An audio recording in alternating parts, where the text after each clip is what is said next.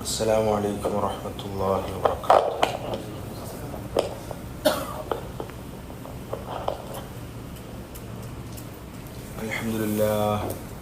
الحمد لله نحمده ونستعينه ونستغفره ونؤمن به ونتوكل عليه ونعوذ بالله من شرور أنفسنا ومن سيئات أعمالنا.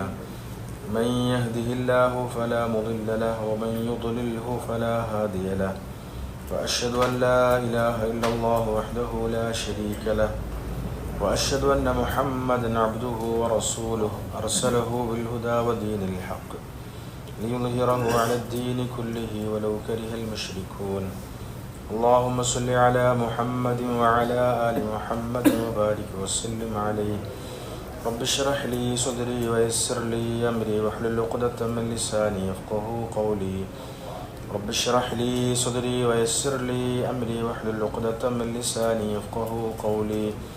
رب اشرح لي صدري ويسر لي أمري واحلل عقدة من لساني يفقهوا قولي. أعوذ بالله من الشيطان الرجيم. بسم الله الرحمن الرحيم.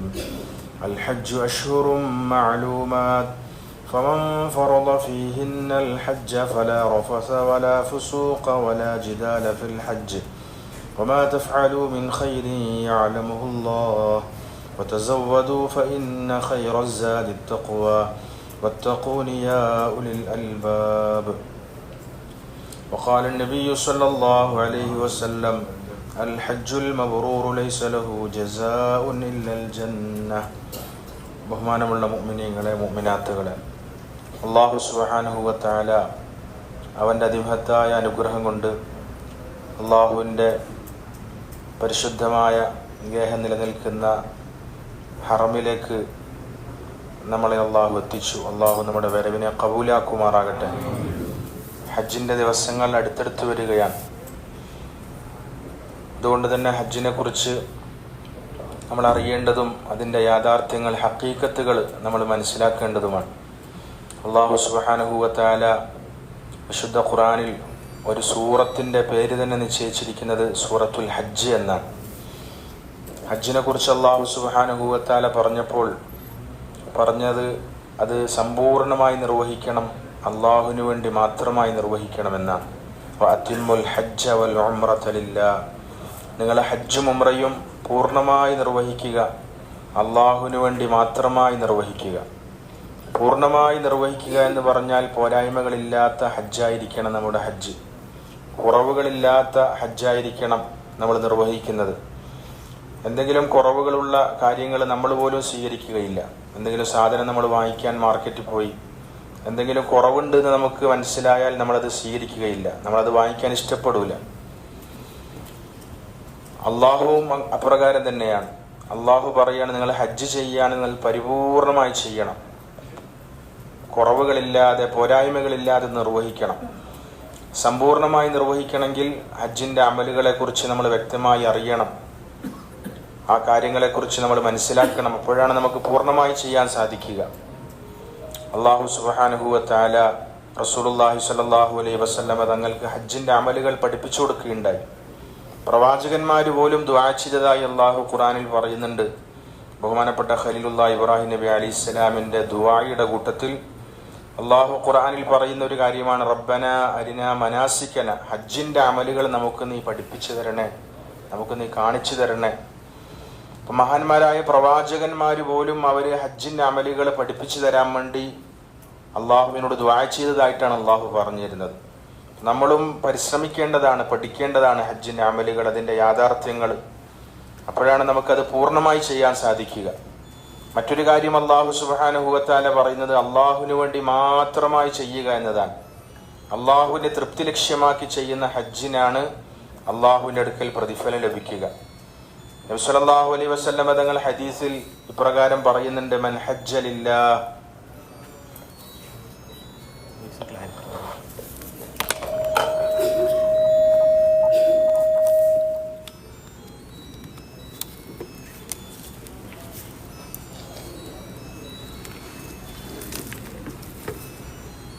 മൻ ഹജ്ജ ലില്ലാഹ്, ആരെങ്കിലും അള്ളാഹുവിന് വേണ്ടി ഹജ്ജ് ചെയ്യുകയാണെങ്കിൽ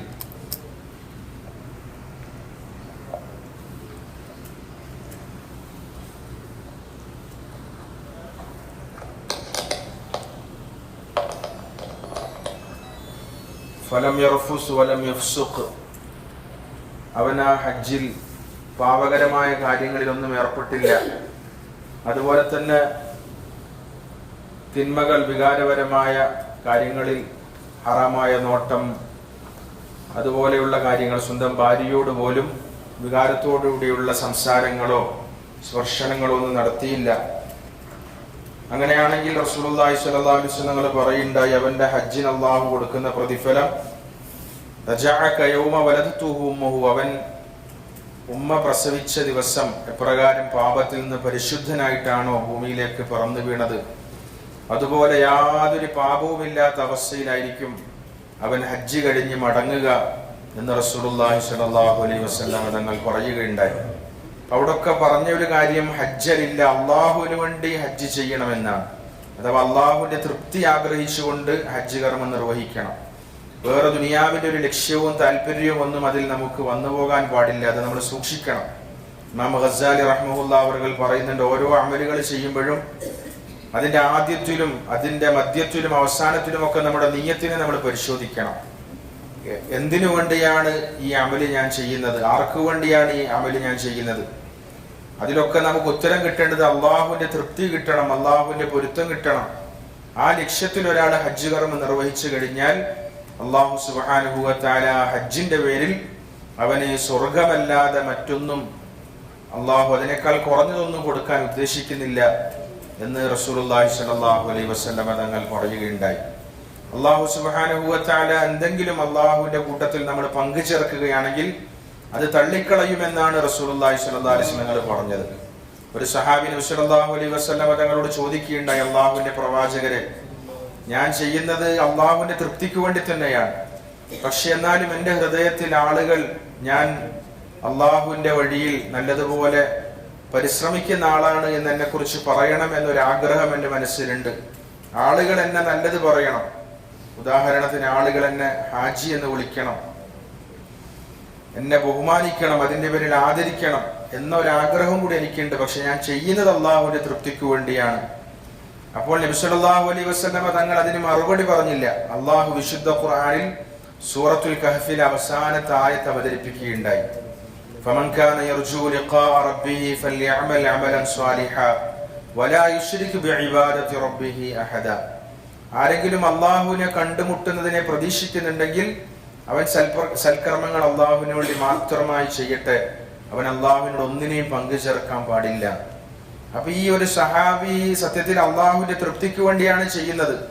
പക്ഷെ അതിന്റെ കൂട്ടത്തിൽ അല്പം ദുനിയാവിലെ കാര്യങ്ങൾ കൂടി ഉദ്ദേശിച്ചപ്പോൾ അള്ളാഹു അതിനെക്കുറിച്ച് പറഞ്ഞത് അത് അള്ളാഹു സ്വീകരിക്കുകയില്ല എന്നാണ്. ബലികർമ്മത്തെ കുറിച്ച് അള്ളാഹു ഖുർആനിൽ പറഞ്ഞപ്പോൾ അള്ളാഹു പറഞ്ഞത് നിങ്ങളുടെ ഹൃദയത്തിന്റെ തഖ്വയും നിയ്യത്തുമാണ് അള്ളാഹു പരിഗണിക്കുക. ലൻ യനാലല്ലാഹു ലുഹൂമുഹാ വലാ ദിമാഉഹാ വലാകിൻ യനാലുഹു തഖ്വ മിൻകും. അതിന്റെ മാംസമോ രക്തമോ ഒന്നും അള്ളാഹുവിന്റെ അടുക്കൽ എത്തുന്നില്ല, മറിച്ച് നിങ്ങളുടെ ഹൃദയത്തിന്റെ തഖ്വയാണ് അള്ളാഹു പരിശോധിക്കുന്നത്. സത്യത്തിൽ അതിന്റെ മാംസവും അതിന്റെ രക്തവും അതിന്റെ രോമങ്ങളും അതിന്റെ ചർമ്മങ്ങളും അതിന്റെ കുളമ്പുകളും അതിന്റെ കാഷ്ടങ്ങൾ പോലും നാളെ ആഖിറത്തിൽ മീസാനിൽ തൂക്കപ്പെടുമെന്ന് ഹദീസിൽ വരുന്നുണ്ട്. പിന്നെന്താണ് അള്ളാഹു ഇങ്ങനെ പറയാൻ കാരണം? അതിന്റെ മാംസമോ രക്തമോ ഒന്നും അള്ളാഹുവിന്റെ അടുക്കൽ എത്തുന്നില്ല എന്ന് പറഞ്ഞാൽ നമ്മുടെ ഹൃദയത്തിന്റെ നിയ്യത്ത് എന്തായിരിക്കും എന്നാണ് അള്ളാഹു ഏറ്റവും കൂടുതൽ പരിഗണിക്കുന്നത്. ബാഹ്യമായുള്ള നമ്മുടെ അമലുകളെക്കാളെല്ലാം അള്ളാഹു നോക്കുന്നത് നമ്മുടെ ഹൃദയത്തിന്റെ നിയ്യത്തും അതനുസരിച്ചുള്ള പ്രവർത്തനങ്ങളുമാണ്. നബി സല്ലല്ലാഹു അലൈഹി വസല്ലം തങ്ങൾ പറഞ്ഞതായി ഹദീസിൽ വരുന്നുണ്ട്, ഇന്നല്ലാഹ ലാ യൻദുറു ഇലാ സുവരിക്കും വലാ ഇലാ അജ്സാമിക്കും. അള്ളാഹു നിങ്ങളുടെ രൂപങ്ങളിലേക്കോ നിങ്ങളുടെ സമ്പത്തിലേക്കോ ഒന്നും നോക്കുന്നില്ല, നിങ്ങളുടെ ശരീരങ്ങളിലേക്കോ ഒന്നും നോക്കുന്നില്ല. വലാകിൻ യൻദുറു ഇലാ ഖുലൂബിക്കും, മറിച്ച് അള്ളാഹു നോക്കുന്നത് നിങ്ങളുടെ ഹൃദയങ്ങളിലേക്കാണ്. നിങ്ങളുടെ ഹൃദയത്തിന്റെ ചിന്ത എന്താണ്, നിങ്ങളുടെ ലക്ഷ്യം എന്താണ്, എന്തുദ്ദേശത്തിലാണ് നിങ്ങൾ ഹജ്ജ് കർമ്മം നിർവഹിക്കുന്നത്, ആർക്കു വേണ്ടിയാണ് ഇത് നിർവഹിക്കുന്നത്, അതിലെന്തെങ്കിലും കളങ്കങ്ങളുണ്ടോ, അതിലെന്തെങ്കിലും കലർപ്പുണ്ടോ, വഅമാലിക്കും, അതിനുശേഷം നിങ്ങളുടെ പ്രവർത്തനങ്ങളിലേക്കും അള്ളാഹു നോക്കും. ആ പ്രവർത്തനങ്ങളും സമ്പൂർണമായിരിക്കണം, നബി തങ്ങളുടെ സുന്നത്തനുസരിച്ചായിരിക്കണം. അതിൽ ഏറ്റവും ആദ്യമായി അള്ളാഹു പരിഗണിക്കുന്നത് നമ്മുടെ ഹൃദയത്തിന്റെ നിയ്യത്താണ്, ഹൃദയത്തിന്റെ ലക്ഷ്യമാണ്, ഉദ്ദേശമാണ് എന്ന് റസൂലുള്ളാഹി സ്വല്ലല്ലാഹു അലൈഹി വസല്ലം തങ്ങൾ പറയുകയുണ്ടായി. നബി സല്ലല്ലാഹു അലൈഹി വസല്ലം തങ്ങൾ പറഞ്ഞു, ഖിയാമത്ത് നാളിന്റെ ഒരു അടയാളം തന്നെയാണ്, അഥവാ യാചിക്കാൻ വേണ്ടി ദരിദ്രന്മാർ ഹജ്ജ് ചെയ്യും. യാചനക്ക് വേണ്ടി ആൾക്കാരെ കയറ്റിവിടുന്ന ആൾക്കാരുണ്ട്, അതിനുവേണ്ടി ഹജ്ജ് കർമ്മത്തിനു വേണ്ടി വരുന്ന ആൾക്കാരുണ്ട്. ചില ആൾക്കാർ മധ്യനിലക്കാർ കച്ചവട ലക്ഷ്യത്തിനു വേണ്ടി ഹജ്ജിന് വരും എന്ന് റസൂലുള്ളാഹി സ്വല്ലല്ലാഹു അലൈഹി വസല്ലം പറഞ്ഞു. ഇവിടെ വന്നിട്ട് ഇവിടുത്തെ സാധനങ്ങളുടെ വില ചോദിച്ച് ഇവിടെ നിന്ന് അങ്ങോട്ട് കയറ്റുക, അവിടുന്ന് പിന്നെ ഇങ്ങോട്ട് ഇറക്കുക, ഇങ്ങനെ കച്ചവട ലക്ഷ്യമായിരിക്കും അവർക്ക് ഉണ്ടാവുക. സത്യത്തിൽ ഹജ്ജിനെ കുറിച്ച് അല്ലാഹു സുബ്ഹാനഹു വ തആല പറഞ്ഞപ്പോൾ നിങ്ങൾ കച്ചവടത്തിന്റെ ആ സീസണിൽ, ഹജ്ജിന്റെ ആ സീസണിൽ കച്ചവടം ചെയ്യുന്നത് കുഴപ്പമില്ല എന്ന് ഖുർആനിൽ പറയുന്നുണ്ട്. പക്ഷെ നമ്മുടെ ലക്ഷ്യം കച്ചവടമാകാൻ പാടില്ല എന്ന് അല്ലാഹു സുബ്ഹാനഹു വ തആല പറയുകയുണ്ടായി. അതോടൊപ്പം തന്നെ പ്രവാചകൻ പറയുകയുണ്ടായി, വലിയ വലിയ സമ്പന്നന്മാർ ഉല്ലാസത്തിനു വേണ്ടി യാത്ര ചെയ്യും. 3 വലിയ സിറ്റികൾ ഹജ്ജും ചെയ്യാം, അതിന്റെ കൂട്ടത്തിൽ ജിദ്ദയും അതുപോലെ തന്നെ മക്ക, മദീന ഒക്കെ ടൗണുകളൊക്കെ കറങ്ങി തിരിച്ചു വരാലോ, ഒരു ഉല്ലാസം എന്ന ലക്ഷ്യമായിരിക്കും അവർക്ക് ഉണ്ടാവുക.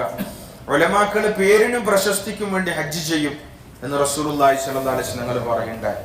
അഥവാ ഇങ്ങനെ ചെയ്യുമെന്ന് പറഞ്ഞാൽ നമ്മൾ അങ്ങനെ ചെയ്യണമെന്ന അർത്ഥത്തിലല്ല, മറിച്ച് അങ്ങനെയൊക്കെ ആളുകൾ ചെയ്യാൻ സാധ്യതയുണ്ട്. അതുകൊണ്ട് നമ്മുടെ നിയ്യത്തിനെ നമ്മൾ പരിശോധിച്ചുകൊണ്ടിരിക്കണം, അതിനെ നന്നാക്കണം. അതാണ് അല്ലാഹു സുബ്ഹാനഹു വ തആല ഉദ്ദേശിക്കുന്നത്. കാരണം ആരെയെങ്കിലും തൃപ്തിപ്പെടുത്താൻ വേണ്ടിയോ അല്ലെങ്കിൽ നമ്മളെ ഒരു അമലിന്റെ പേരിൽ ആളുകൾ പുകഴ്ത്താൻ വേണ്ടിയോ നമ്മൾ അമൽ ചെയ്ത് കഴിഞ്ഞാൽ അതൊക്കെ അള്ളാഹുവിന്റെ കൂട്ടത്തിൽ പങ്കുചേർക്കലാണ്. നബി സല്ലല്ലാഹു അലൈഹി വസല്ലം പറഞ്ഞതായി ഷദ്ദാദ് ഇബ്നു ഔസ് റളിയല്ലാഹു അൻഹു അവർ പറയുന്നുണ്ട്, മൻ സല്ലാ യുറാഇ ഫഖദ് അശ്റക. ആരെങ്കിലും ജനങ്ങളെ കാണിക്കാൻ വേണ്ടി നമസ്കരിച്ചാൽ അവൻ ശിർക്ക് വെച്ചവനാണ്. വമൻ സാമ യുറാഇ ഫഖദ് അശ്റക. ആരെങ്കിലും ജനങ്ങളെ കാണിക്കാൻ വേണ്ടി നോമ്പെടുത്താൽ അവനും ശിർക്ക് വെച്ചവനാണ്. ആരെങ്കിലും ജനങ്ങളെ കാണിക്കാൻ വേണ്ടി ധർമ്മം ചെയ്താൽ അവനും ശിർക്ക് വെച്ചവനാണ്. ആരെങ്കിലും ജനങ്ങളെ കാണിക്കാൻ വേണ്ടി ഹജ്ജ് ചെയ്താൽ അവന് ശിർക്ക് വെച്ചവൻ. ഇതൊക്കെ അതേ ലെവലിൽ വരുന്ന കാര്യങ്ങളാണ്, ഒരേ വരിയിൽ വരുന്ന കാര്യങ്ങളാണ്. അതുകൊണ്ട് നമ്മുടെ ഹൃദയത്തിന്റെ നിയ്യത്ത് എന്താണ് ഹജ്ജിലൂടെ എന്ന് അല്ലാഹു പരിശോധിക്കുന്നുണ്ട്. അതുകൊണ്ട് നമ്മുടെ നിയ്യത്തിനെ നമ്മൾ പരിശോധിച്ചുകൊണ്ടിരിക്കണം. ഒരു പ്രാവശ്യം പ്രവാചകൻ സല്ലല്ലാഹു അലൈഹി വസല്ലം തങ്ങൾ വരുമ്പോൾ സഹാബാക്കള് പരസ്പരം ചർച്ച ചെയ്തുകൊണ്ടിരിക്കുകയാണ്. പിന്നെ നബി തങ്ങൾ ചോദിച്ചു, നിങ്ങൾ എന്താണ് ചർച്ച ചെയ്യുന്നത്? അപ്പോൾ അവര് പറയാണ്, ഞങ്ങൾ ദജ്ജാലിനെ കുറിച്ച് ചർച്ച ചെയ്യാണ്, ദജ്ജാലിന്റെ ഫിത്നയെ കുറിച്ച് ഞങ്ങൾ ചർച്ച ചെയ്യാം. അപ്പൊ നബി തങ്ങൾ പറഞ്ഞു, ദജ്ജാലിന്റെ ഫിത്നയെക്കാളും ഞാൻ നിങ്ങളിൽ ഭയപ്പെടുന്ന മറ്റൊരു കാര്യമുണ്ട്. ദജ്ജാലിന്റെ ഫിത്നൊന്നും അതിന്റെ മുന്നിൽ ഒന്നുമല്ല, അത് അശ്ശിർക്കുൽ അസ്ഗർ, അത് ചെറിയ ശിർക്കാണ്. അഥവാ ബാഹ്യമായിട്ട് മുസ്ലിം ആയിരിക്കും, നല്ല അമലുകളായിരിക്കും ചെയ്യുക, പക്ഷെ ഹൃദയത്തിന്റെ ഉള്ളിൽ ലക്ഷ്യങ്ങൾ മാറിപ്പോകും, നിയ്യത്തുകൾ മാറിപ്പോകും. അപ്പം അത് അള്ളാഹുവിന്റെ അടുക്കൽ അമല് തള്ളപ്പെട്ടു പോകും. അതാണ് ഞാൻ നിങ്ങളിൽ ഏറ്റവും കൂടുതൽ ഭയപ്പെടുന്നത് എന്ന് റസൂലുള്ളാഹി സ്വല്ലല്ലാഹു അലൈഹി വസല്ലം തങ്ങൾ പറയുകയുണ്ടായി. അതുകൊണ്ട് അല്ലാഹു സുബ്ഹാനഹു വ തആല ഖുർആനിൽ ആവർത്തിച്ച് പറയുന്ന പ്രധാനപ്പെട്ട ഒരു കാര്യമാണ്, ബലാ മൻ അസ്ലമ വജ്ഹഹു ലില്ലാഹി വഹുവ മുഹ്സിൻ ഫലഹു അജ്റുഹു ഇൻദ റബ്ബി വലാ ഖൗഫുൻ അലൈഹിം വലാ ഹും യഹ്സനൂൻ. ഒരുവൻ അല്ലാഹുവിന് വേണ്ടി തന്നെ കീഴ്പ്പെടുത്തി, അസ്ലമ വജ്ഹഹു ലില്ലാഹി, തന്റെ ഹൃദയത്തിന്റെ മുഖത്തെ അല്ലാഹുവിന് വേണ്ടി അവൻ കീഴ്പ്പെടുത്തി, വഹുവ മുഹ്സിനുൻ, എന്നിട്ടാണ് അവൻ സൽക്കർമ്മങ്ങൾ ചെയ്യുന്നത്. അഥവാ ബാഹ്യമായ സൽക്കർമ്മത്തിന്റെ ആദ്യത്തെ കാര്യം അല്ലാഹു പറയുന്നത് അസ്ലമ വജ്ഹഹു ലില്ലാഹ്, അവന്റെ ഹൃദയത്തിന്റെ മുഖം പരിപൂർണമായി അല്ലാഹുവിലേക്ക് തിരിച്ചിട്ടാണ് പിന്നെ അവൻ അമൽ ചെയ്യുന്നത് എന്നാണ്. അപ്പൊ ഹൃദയത്തിന്റെ ലക്ഷ്യവും താല്പര്യവും ആഗ്രഹവും ഒക്കെ അല്ലാഹുവിൽ നിന്നായിരിക്കണം. അങ്ങനെയാണെങ്കിൽ 2 കാര്യങ്ങൾ അല്ലാഹു വാഗ്ദാനം ചെയ്യുന്നുണ്ട്. ഫലാ ഖൗഫുൻ അലൈഹിം വലാ ഹും യഹ്സനൂൻ, അവന് ഭയപ്പെടേണ്ടതില്ല, അവൻ നഷ്ടപ്പെട്ടതിന്റെ പേരിൽ ദുഃഖിക്കേണ്ടി വരികയുമില്ല. ഭയം അത് ഭാവിയിൽ വരുന്നതിനെ കുറിച്ചാണ്, വ്യസനം കഴിഞ്ഞു പോയതിനെ കുറിച്ചാണ്. അപ്പൊ മരണശേഷം വരാൻ പോകുന്ന കാര്യങ്ങളെ കുറിച്ച് അവൻ ഒന്നുകൊണ്ട് പേടിക്കേണ്ട ആവശ്യമില്ല. അവൻ ദുനിയാവിൽ വിട്ടുപോകുന്ന കാര്യങ്ങളെ കുറിച്ച് ഒരു വ്യസനവും അവൻ ഉണ്ടാവുകയില്ല. അവൻ അള്ളാഹുലേക്കാണ് അവന്റെ ഹൃദയത്തിന്റെ മുഖത്തെ തിരിച്ചിട്ടെങ്കിൽ അവന്റെ സൽക്കർമ്മങ്ങളൊക്കെ പ്രയോജനപ്പെടും. അതൊക്കെ ഏറ്റവും വലിയൊരു സമ്പാദ്യമായി അവന് ജീവിതത്തിൽ ഉണ്ടാകും എന്ന് അല്ലാഹു സുബ്ഹാനഹു വ തആല പറയുകയുണ്ടായി. അതുകൊണ്ട് മുഅ്മിനീങ്ങളെ, സഹോദരങ്ങളെ, നമ്മളുടെ ഹൃദയം അത് നന്നായി തീരുക എന്നുള്ളതാണ് ഹജ്ജ് കൊണ്ട് അല്ലാഹു ഉദ്ദേശിക്കുന്നത്. നബി സല്ലല്ലാഹു അലൈഹി വസല്ലം പറഞ്ഞു, ഹജ്ജിന്റെ ഏറ്റവും പ്രധാനപ്പെട്ട അമൽ അറഫയിൽ നിൽക്കലാണ്. നമ്മുടെ ദുൽഹജ്ജ് 8 മിനയിൽ ഒരു ദിവസം കഴിഞ്ഞുകൂടണം. പിന്നെ ദുൽഹജ്ജ് 9 നമ്മൾ അറഫയിലാണ് കഴിഞ്ഞുകൂടേണ്ടത്. അതിൽ ഏറ്റവും പ്രധാനപ്പെട്ട ടൈം ളുഹുർ മുതൽ മഗ്രിബ് വരെയുള്ള ടൈമാണ്. ഈ ളുഹുർ മുതൽ മഗ്രിബ് വരെയുള്ള ടൈമിലാണ് അറഫ. അതിൽ ഏതെങ്കിലും കുറഞ്ഞ സമയങ്ങളിൽ അറഫയിൽ ഒരാൾ കഴിഞ്ഞുകൂടിയാലേ അയാളുടെ ഹജ്ജ് സഹിയാവുകയുള്ളൂ. ആ സമയത്താണ് അള്ളാഹുവിന്റെ റഹ്മത്ത് ഏറ്റവും കൂടുതൽ ഹാജിമാരിലേക്ക് ഇറങ്ങുന്ന സമയം. ആ സമയത്തുള്ള ദുആകൾക്കാണ് അള്ളാഹുവിന്റെ അടുക്കൽ ഉത്തരം നൽകപ്പെടുന്നത്. നബി സല്ലല്ലാഹു അലൈഹി വസല്ലം തങ്ങൾ പറഞ്ഞു, അറഫയിൽ വെച്ച് ഹാജിമാര് ദുആ ചെയ്തിട്ട് എന്റെ ദുആ അല്ലാഹു സ്വീകരിക്കുമോ എന്ന് സംശയിക്കുന്നത് പോലും അല്ലാഹുവിന് വെറുപ്പാണ്. സംശയിക്കാൻ പോലും പാടില്ല എന്നാണ്. അത്രത്തോളം ആ ദുആ അല്ലാഹു ഉറപ്പായും സ്വീകരിക്കും എന്ന് റസൂലുള്ളാഹി സ്വല്ലല്ലാഹു അലൈഹി വസല്ലം തങ്ങൾ പറഞ്ഞു. ഖുൽതു അന വന്നബിയ്യൂന മിൻ ഖബലി, ഞാനും എന്റെ മുൻകഴിഞ്ഞ പ്രവാചകന്മാരും അറഫ മൈതാനിൽ വെച്ച് പറഞ്ഞത് ഈ ദുആയാണ്. ദുആ യൗമി അറഫ, അറഫ ദിവസത്തിലെ ദുആ നബി തങ്ങൾ പറഞ്ഞു, ഞാനും പറഞ്ഞത് അതാണ്, എന്റെ മുൻകഴിഞ്ഞ പ്രവാചകന്മാരും പറഞ്ഞത് അതാണ്. ലാ ഇലാഹ ഇല്ലല്ലാഹു വഹ്ദഹു ലാ ശരീക ലഹുൽ മുൽക്കു വലഹുൽ ഹംദു വഹുവ അലാ കുല്ലി ഷൈഇൻ ഖദീർ. ഈ വചനമാണ് ഏറ്റവും കൂടുതൽ അറഫയിൽ വെച്ച് പറയേണ്ടത് എന്ന് റസൂലുള്ളാഹി സ്വല്ലല്ലാഹു അലൈഹി വസല്ലം പറഞ്ഞു. ലാ ഇലാഹ ഇല്ലല്ലാഹു വഹ്ദ, അല്ലാഹു അല്ലാതെ ആരാധനക്ക് അർഹനായി മറ്റൊരു ആരാധ്യനില്ല. അവന്റെ കയ്യിലാണ് എല്ലാ അധികാരങ്ങളും. അവൻ ഉദ്ദേശിക്കുന്നത് എന്തും നടത്താൻ അവൻ കഴിവുള്ളവനാണ്.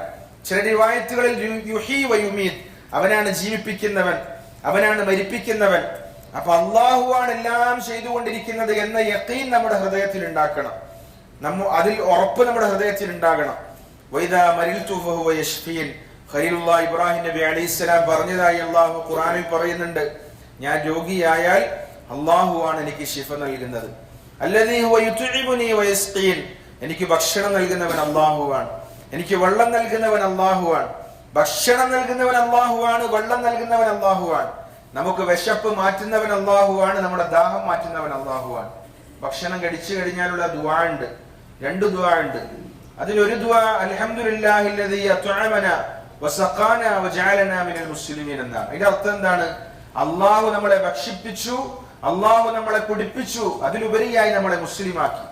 വേറൊരു ദുആ പ്രവാചകൻ പഠിപ്പിച്ചു, അൽഹംദുലില്ലാഹില്ലദീ വഅശ്ബഅനാ വഅർവാനാ വഅൻഅമ അലൈനാ വഅഫ്ളല. അതിന്റെ അർത്ഥം എന്താണ്? അള്ളാഹു നമ്മളെ വിശപ്പ് മാറ്റി, നമ്മുടെ ദാഹം മാറ്റി. അപ്പം ഭക്ഷണം കഴിപ്പിക്കുന്നവനും അള്ളാഹുവാണ്, വിശപ്പ് മാറ്റുന്നവനും അള്ളാഹുവാണ്. എല്ലാം അള്ളാഹുവിന്റെ നിയന്ത്രണത്തിലാണ്. വഅന്നഹു ഹുവ ദഹക വഅബ്ക, ചിരിപ്പിക്കുന്നവൻ അള്ളാഹുവാണ്, കരയിപ്പിക്കുന്നവൻ അള്ളാഹുവാണ്. വൽ ഖദ്രി ഖൈരിഹി വശർരിഹി മിനല്ലാഹി തആല, എല്ലാ ഖൈറും ഷർറും അള്ളാഹുവിന്റെ കയ്യിലാണ് ഉള്ളത്. അതുകൊണ്ട് നമ്മൾ അള്ളാഹുവിലേക്ക് പരിപൂർണമായി തിരിയണം. അതാണ് ഹജ്ജിന്റെ ആകത്തുക. ഹജ്ജിന് അള്ളാഹുവിനോട് നമ്മൾ കൂടുതൽ അടുക്കണം. അതാണ് അള്ളാഹു ആഗ്രഹിക്കുന്നത്. നമ്മളുടെ ദുനിയാവിന്റെ പ്രശ്നങ്ങളും ആഖിറത്തിന്റെ പ്രശ്നങ്ങളും അള്ളാഹുവിനോട് പറയണം. ഖുർആനിൽ അള്ളാഹു ഹജ്ജിനെ കുറിച്ച് സൂറത്തുൽ ബഖറയിൽ പറഞ്ഞിട്ട് അള്ളാഹു പറയുന്നുണ്ട്, അവരിൽ ചില ആളുകളുണ്ട്, മിൻഹും മൻ യഖൂലു റബ്ബനാ ആതിനാ ഫിദ്ദുനിയ വമാ ലഹു ഫിൽ ആഖിറതി മിൻ ഖലാഖ്. അവർ ഇപ്രകാരം ഹജ്ജിൽ ദുആ ചെയ്യും, അള്ളാഹുവേ നമുക്ക് ദുനിയാവിൽ എന്ന പ്രശ്നമുണ്ട്, അത് നീ ശരിയാക്കി തരണം. നമുക്ക് കടമുണ്ട്, അത് കടം വീട്ടിത്തരണം. അതുപോലെ നമുക്ക് വീടില്ല, വീട് വേണം. നമ്മുടെ മക്കൾക്ക് നല്ല ഇണയെ വേണം, അല്ലെങ്കിൽ നമുക്ക് നല്ല വാഹനം വേണം. അങ്ങനെ ദുനിയാവിന്റെ കാര്യങ്ങൾ മാത്രം അവർ ചോദിക്കും. ആഖിറത്തിനെ കുറിച്ച് അവർ ഒന്നും ചോദിക്കൂല. വമാ ലഹു ഫിൽ ആഖിറതി മിൻ ഖലാഖ്, അവർക്ക് ആഖിറത്തിൽ ഒന്നും ഉണ്ടാവില്ല എന്ന് അല്ലാഹു സുബ്ഹാനഹു വ തആല പറയുണ്ടായി. കാരണം അവർ വന്നത് ദുനിയാവിന്റെ ലക്ഷ്യത്തിലാണ്. അവരുടെ ദുആയും ദുനിയാവിന് വേണ്ടി മാത്രമാണ്. എന്നിട്ട് അല്ലാഹു അടുത്ത ആയത്തിൽ പറയുകയാണ്, വമിൻഹും മൻ യഖൂൽ, എന്നാൽ അവരിൽ ചില ആളുകളുണ്ട്, അവരിങ്ങനെയാണ് ദുആ ചെയ്യുക, റബ്ബനാ ആതിനാ ഫിദ്ദുനിയ ഹസന വഫിൽ ആഖിറതി ഹസന വഖിനാ അദാബന്നാർ.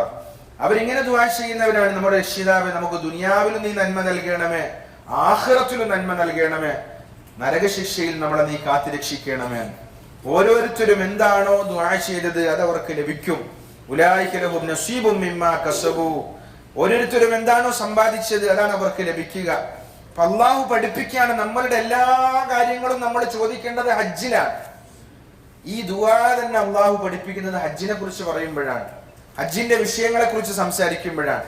നബിതങ്ങൾ ഏറ്റവും കൂടുതൽ ചെയ്ത ദുആയാണ് റബ്ബനാ ആതിനാ ഫിദ്ദുനിയ ഹസന വഫിൽ ആഖിറതി ഹസനതൻ വഖിനാ അദാബന്നാർ. എല്ലാവർക്കും എളുപ്പത്തിൽ കിട്ടുന്ന ദുആയാണ്. സാധാരണ ആളുകൾ ചോദിക്കും എന്തെങ്കിലും സ്പെഷ്യലായിട്ട് ദുആ ഉണ്ടോ? പക്ഷെ അള്ളാഹുവിന്റെ ഒരു പ്രത്യേകത, അള്ളാഹു ഏറ്റവും വിലപ്പെട്ടതിനെ ഏറ്റവും എളുപ്പമാക്കും, ഏറ്റവും ആവശ്യമുള്ളതിനെ ഏറ്റവും ലളിതമാക്കും. മനുഷ്യന് ഏറ്റവും ആവശ്യമുള്ളതാണ് വായു, അത് അള്ളാഹു ഫ്രീ ആയിട്ട് എല്ലാവർക്കും കൊടുത്തുകൊണ്ടിരിക്കുകയാണ്. പിന്നെ മനുഷ്യന് ഏറ്റവും ആവശ്യമുള്ളതാണ് വെള്ളം, അതും ഫ്രീ ആയിട്ട് കൊടുക്കണമെന്ന് അള്ളാഹു നമ്മളോട് കൽപ്പിക്കുകയുണ്ടായി. ഇങ്ങനെ അള്ളാഹു ഏറ്റവും ആവശ്യമുള്ളതിനെ ഏറ്റവും സുലഭമാക്കും. ഏറ്റവും വലിയ ദുആയാണ് റബ്ബനാ ആതിനാ ഫിദ്ദുനിയ ഹസന വഫിൽ ആഖിറതി ഹസനതൻ വഖിനാ അദാബന്നാർ. ഇതെല്ലാവർക്കും പറയാൻ പറ്റുന്ന ദുആയാണ്. ഖുർആനിൽ അല്ലാഹു പറയുന്ന ഹജ്ജിന്റെ സമയത്ത് നിങ്ങൾ പറയേണ്ട ദുആ ഇതാണ്, റബ്ബനാ, നമ്മുടെ രക്ഷിതാവേ, ആതിന ഫിദ്ദുനിയ ഹസന, നമുക്ക് ദുനിയാവിൽ നീ നന്മ നൽകണേ എന്ന് പറഞ്ഞാൽ അതിൽ നമുക്ക് നല്ല കുടുംബജീവിതമുണ്ട്, നമ്മുടെ നല്ല വീടുണ്ട്, അതുപോലെ തന്നെ വാഹനമുണ്ട്, എല്ലാ സംഗതികളും ഒരു മനുഷ്യന് ദുനിയാവിൽ ആവശ്യമായ കാര്യങ്ങൾ മുഴുവനും അതിലുണ്ട്. ഹസന എന്ന് പറഞ്ഞാൽ അതിൽ 6 കാര്യങ്ങളുണ്ട് എന്നാ. ഒന്നാമത്തെ നമ്മുടെ വായു, രണ്ടാമത്തെ വെള്ളം, മൂന്നാമത്തെ നമ്മുടെ ഭക്ഷണം, നാലാമത്തെ നമ്മുടെ പാർപ്പിടം, അഞ്ചാമത്തെ നമ്മുടെ വസ്ത്രം, ആറാമത്തെ നമ്മുടെ കുടുംബജീവിതം. ഈ 6 കാര്യങ്ങളും ഉൾക്കൊണ്ട വാക്കാണ് ഹസന. അള്ളാഹു നീ ദുനിയാവിൽ നമുക്ക് ഇതൊക്കെ നീ എളുപ്പാക്കി തരണം. വഫിൽ ആഖിറത്തി ഹസന, പിന്നെ ആഖിറത്തിലും നമുക്ക് നീ നന്മ നൽകണം, നരകശിക്ഷയിൽ നമ്മളെ നീ കാത്തു രക്ഷിക്കണം എന്ന് ദുആ ചെയ്യണമെന്ന് അള്ളാഹു സുബ്ഹാനഹു വ തആല നമ്മളോട് പറയുണ്ടായി. നബി സല്ലല്ലാഹു അലൈഹി വസല്ലം തങ്ങൾ മണിക്കൂറുകളോളം അറഫയിൽ വെച്ച് അള്ളാഹുവിനോട് ദുആ ചെയ്യുകയുണ്ടായി. ശൈത്താൻ ഏറ്റവും നിന്ദിനാകുന്നത് അറഫാ ദിവസത്തിലാണ് എന്ന് റസൂലുള്ളാഹി സ്വല്ലല്ലാഹു അലൈഹി വസല്ലം പറഞ്ഞു. അതുകൊണ്ട് അവിടെ പോയി നമുക്ക് നിൽക്കാനുള്ള സൗഭാഗ്യം ഉണ്ടാകണം. രോഗികളാകാൻ പാടില്ല, ആഫിയത്ത് വേണം. അതിന് അള്ളാഹുവിനോട് നമ്മൾ ആഫിയത്തിന് വേണ്ടി ദുആ ചെയ്തുകൊണ്ടിരിക്കണം. ബഹുമാനപ്പെട്ട റസൂലുള്ളാഹി സ്വല്ലല്ലാഹു അലൈഹി വസല്ലം പറഞ്ഞു, നിങ്ങൾ അള്ളാഹുവിനോട് എപ്പോഴും ആഫിയത്തിന് വേണ്ടി ദുആ ചെയ്യണം. അത് എപ്പോഴാണ് ചെയ്യേണ്ടത്? 2 ബാങ്കിന്റെയും ഇഖാമത്തിന്റെയും ഇടയിൽ നിങ്ങൾ അള്ളാഹുവിനോട് ദുആ ചെയ്യണം. ആ സമയത്തുള്ള ദുആ അള്ളാഹു തള്ളുകയില്ല. ആ സമയത്ത് നിങ്ങൾ അള്ളാഹുവിനോട് ആഫിയത്തിന് വേണ്ടി ദുആ ചെയ്യുക എന്ന് റസൂലുള്ളാഹി സ്വല്ലല്ലാഹു അലൈഹി വസല്ലം പറയുണ്ടായി. രോഗികൾ ആംബുലൻസിൽ കൊണ്ടുവരും, വലിയ വലിയ രോഗികളെ ഹെലികോപ്റ്ററിൽ കൊണ്ടുവരും, ഒന്ന് കുറഞ്ഞ സമയം അവിടെ നിർത്തിയിട്ട് കൊണ്ടുപോകും. ഹജ്ജിന് വേണ്ടി അവർ വന്നതാണ്, പക്ഷെ ഇവിടെ വന്നതിന് ശേഷം അവർ രോഗികളായിപ്പോയി. ഹജ്ജ് അറഫയിൽ ഒരാൾ ളുഹർ മുതൽ മഗ്രിബ് വരെ അല്പസമയം കിട്ടിയാൽ അയാൾക്ക് ഹജ്ജ് കിട്ടി. അപ്പൊ അല്ലാഹു സുബ്ഹാനഹു വ തആല ഖുർആനിൽ നമുക്ക് പറഞ്ഞു തരികയാണ്. അതുകൊണ്ട് അറഫയിലുള്ള ദുആക്കാണ് അല്ലാഹുവിന്റെ അടുക്കൽ ഏറ്റവും ഉത്തരം കിട്ടുന്നത്. നബി സല്ലല്ലാഹു അലൈഹി വസല്ലം പറഞ്ഞു, ശൈത്താൻ അന്നത്തെ ദിവസം നിന്ദിനാകുന്നതിനേക്കാൾ മറ്റൊരു ദിവസവും നിന്ദിനാവൂല. അത്രത്തോളം അന്ന് നിന്ദിനായി പോകും. ശൈത്താൻ ഏറ്റവും നിന്ദിനായി തീരുന്ന അന്നത്തെ ദിവസമാണ്. അറഫ മൈതാനം തന്നെ നിങ്ങൾ ചിന്തിച്ചു നോക്ക്. ജബലുർ റഹ്മ എന്നൊരു പർവ്വതമുണ്ട്. അവിടെ നമ്മൾ ചിലപ്പോൾ എത്തൂല, എത്തണമെന്ന് നിർബന്ധമില്ല. അവിടെ വെച്ചാണ് ആദ്യമായി നമ്മുടെ പിതാവായ ആദം നബി അലൈഹിസ്സലാമും നമ്മുടെ വെല്ലുമ്മയായ ഹവ്വാ ബീവിയും ഒക്കെ പരസ്പരം കണ്ടുമുട്ടുന്നത്. അവർ സ്വർഗത്തിൽ നിന്ന് ഇറക്കപ്പെട്ടു. അങ്ങനെ കൊല്ലങ്ങളോളം അവർ ഈ ഭൂമിയിൽ യാത്ര ചെയ്ത് അവസാനം കണ്ടുമുട്ടിയ സ്ഥലമാണ്. അഥവാ അള്ളാന്റെ റഹ്മത്തിന്റെ ഒരു അനുഗ്രഹത്തിന്റെ കേന്ദ്രമാണ് ആ അറഫ മൈതാനം. അത് അള്ളാഹു വിജനമാക്കി വെച്ചിരിക്കുകയാണ്. അള്ളാഹുവിന്റെ അടിമകളെ കൊല്ലം കൊല്ലം ഒരുമിച്ച് കൂട്ടാൻ വേണ്ടി അവിടെ നമ്മൾ അള്ളാഹുവിനോട് കരഞ്ഞ് ദുആ ചെയ്യണം. നമ്മുടെ മുഴുവൻ പാപങ്ങളും അവിടെ വെച്ച് നമ്മൾ അള്ളാഹുവിനെ കൊണ്ട് പൊറപ്പിക്കണം. ശൈത്താൻ നിന്ദിനായിക്കൊണ്ട് മണൽ വാരി തന്റെ തലയിലിട്ടുകൊണ്ട് പറയുമെന്നാണ്, ഞാൻ ഇത്രയും കൊല്ലം ഇവനെ പാപം ചെയ്യിപ്പിച്ചല്ലോ, പക്ഷേ ഇവനെല്ലാം ഇപ്പം പൊറപ്പിച്ചു കളഞ്ഞല്ലോ അള്ളാഹിനോട് ദുആ ചെയ്തിട്ട്. അള്ളാഹു എല്ലാ പാപങ്ങളും അവന് മാപ്പാക്കി കൊടുക്കും എന്ന് റസൂലുള്ളാഹി സ്വല്ലല്ലാഹു അലൈഹി വസല്ലം പറയുണ്ടായി. അപ്പൊ ജീവിതത്തിൽ നമുക്ക് ഒരിക്കൽ അല്ലെങ്കിൽ 2 പ്രാവശ്യം ഒക്കെ കിട്ടുന്ന ഒരു സൗഭാഗ്യമാണ് ഹജ്ജിൽ, അറഫയിൽ ഒരുമിച്ച്. ഒരു സാധാരണ സമയത്ത് അവിടെ ഒരുമിച്ച് നമ്മൾ ഉംറക്കൊക്കെ വന്നാൽ അവിടെ ഒന്ന് പോയി വരും. പക്ഷെ അതിന്റെ മഹത്വമുള്ളത് അന്നത്തെ ദിവസമാണ്, അറഫ ദിവസമാണ്. ആ അറഫ ദിവസത്തിൽ നബി സല്ലല്ലാഹു അലൈഹി വസല്ലം തങ്ങൾ അവിടെ വെച്ച് സംസാരിച്ചു. ആ സംസാരത്തിൽ നബി സല്ലല്ലാഹു അലൈഹി വസല്ലം തങ്ങൾ പ്രധാനമായും പറഞ്ഞത്, ഇന്ന ദിമാഅക്കും വ അംവാലക്കും വ അറാദക്കും അലൈക്കും ഹറാമുൻ കഹുർമത്തു യൗമിക്കും ഹാദാ ഫീ ഷഹരിക്കും ഹാദാ വഫീ ബലദിക്കും ഹാദാ. നിങ്ങളുടെ രക്തവും നിങ്ങളുടെ സമ്പത്തും നിങ്ങളുടെ അഭിമാനവും എല്ലാം പവിത്രമായതാണ്. മുസ്ലിമീങ്ങൾ പരസ്പരം പവിത്രമായിട്ട് അതിനെ കാണണം. ആരുടെയും അഭിമാനത്തിന് ക്ഷതമേൽക്കാൻ പാടില്ല, ആരുടെയും രക്തം അന്യായമായി ചിന്താൻ പാടില്ല, ആരുടെയും സമ്പത്ത് അന്യായമായി അപഹരിച്ചെടുക്കാൻ പാടില്ല. ഇന്നത്തെ ദിവസത്തിന് എത്ര വലിയ പവിത്രതയുണ്ടോ അതേപോലത്തെ പവിത്രതയാണ് ഒരു മുസ്ലിമിന്റെ രക്തത്തിനും അഭിമാനത്തിനും സമ്പത്തിനും ഉള്ളത്. പിന്നെ നബി സല്ലല്ലാഹു അലൈഹി വസല്ലം തങ്ങൾ പറയുകയുണ്ടായി, ഈ ഒരു ദിവസം അല്ലാഹു സുബ്ഹാനഹു വ തആല നിങ്ങൾക്ക് പഠിപ്പിച്ചിരുന്ന വളരെ പ്രധാനപ്പെട്ട കാര്യമാണ്. നിങ്ങൾ എല്ലാവരും ഒരേ പിതാവിന്റെ മക്കളാണ്. ഇന്ന അബാക്കും വാഹിദ്, നിങ്ങൾ എല്ലാവരുടെയും പിതാവ് ഒന്നാണ്, ആദം നബി അലൈഹിസ്സലാമാണ്. നിങ്ങൾ എല്ലാവരും ഒരേ റബ്ബിന്റെ അടിമകളാണ്. ഇന്ന റബ്ബക്കും വാഹിദ്, നിങ്ങൾ റബ്ബ് ഏകനാണ്. നിങ്ങളിൽ അറബികളുണ്ട്, അനറബികളുണ്ട്. നിങ്ങളിൽ ഖുറൈശികളുണ്ട്, സാധാരണ കുടുംബത്തിൽപ്പെട്ട ആളുകളുണ്ട്. നിങ്ങളിൽ വെളുത്തവനുണ്ട്, കറുത്തവനുണ്ട്, ചുമന്നവനുണ്ട്. പക്ഷേ നബി തങ്ങൾ പറഞ്ഞു, ലാ ഫളല ലി അറബിയ്യിൻ വലാ ലി അജമി. ഒരു അറബിക്ക് അനറബിയേക്കാൾ ഒരു മഹത്വവുമില്ല, ഒരു ചുമന്നവന് കറുത്തവനേക്കാൾ ഒരു മഹത്വവുമില്ല. ഇല്ലാ ബിത്തഖ്വ, തഖ്വ കൊണ്ടല്ലാതെ. ആരുടെ ഹൃദയത്തിനാണോ തഖ്വ ഉള്ളത് അവനാണ് അല്ലാഹുവിന്റെ അടുക്കൽ ഏറ്റവും ശ്രേഷ്ഠനായവൻ. അതല്ലാതെ കുടുംബ മഹിമ കൊണ്ടോ സമ്പത്ത് കൊണ്ടോ ഒന്നും ആർക്കും അള്ളാഹുവിന്റെ അടുക്കൽ ഒരു മഹത്വമില്ല എന്ന് നബിതങ്ങൾ ഹജ്ജത്തുൽ വിദായിൽ വെച്ച് സംസാരിച്ചിട്ട് നബിതങ്ങൾ പറഞ്ഞു. വിശുദ്ധ ഖുർആനിലെ ഒരു ആയത്ത്, യാ അയ്യുഹന്നാസ്, അല്ലയോ മനുഷ്യരെ, ഇന്നാ ഖലഖനാകും മിൻ ദക്കരിൻ വ ഉൻസ, നാം നിങ്ങളെ ഒരേ ആണിൽ നിന്നും പെണ്ണിൽ നിന്നും സൃഷ്ടിക്കുകയുണ്ടായി.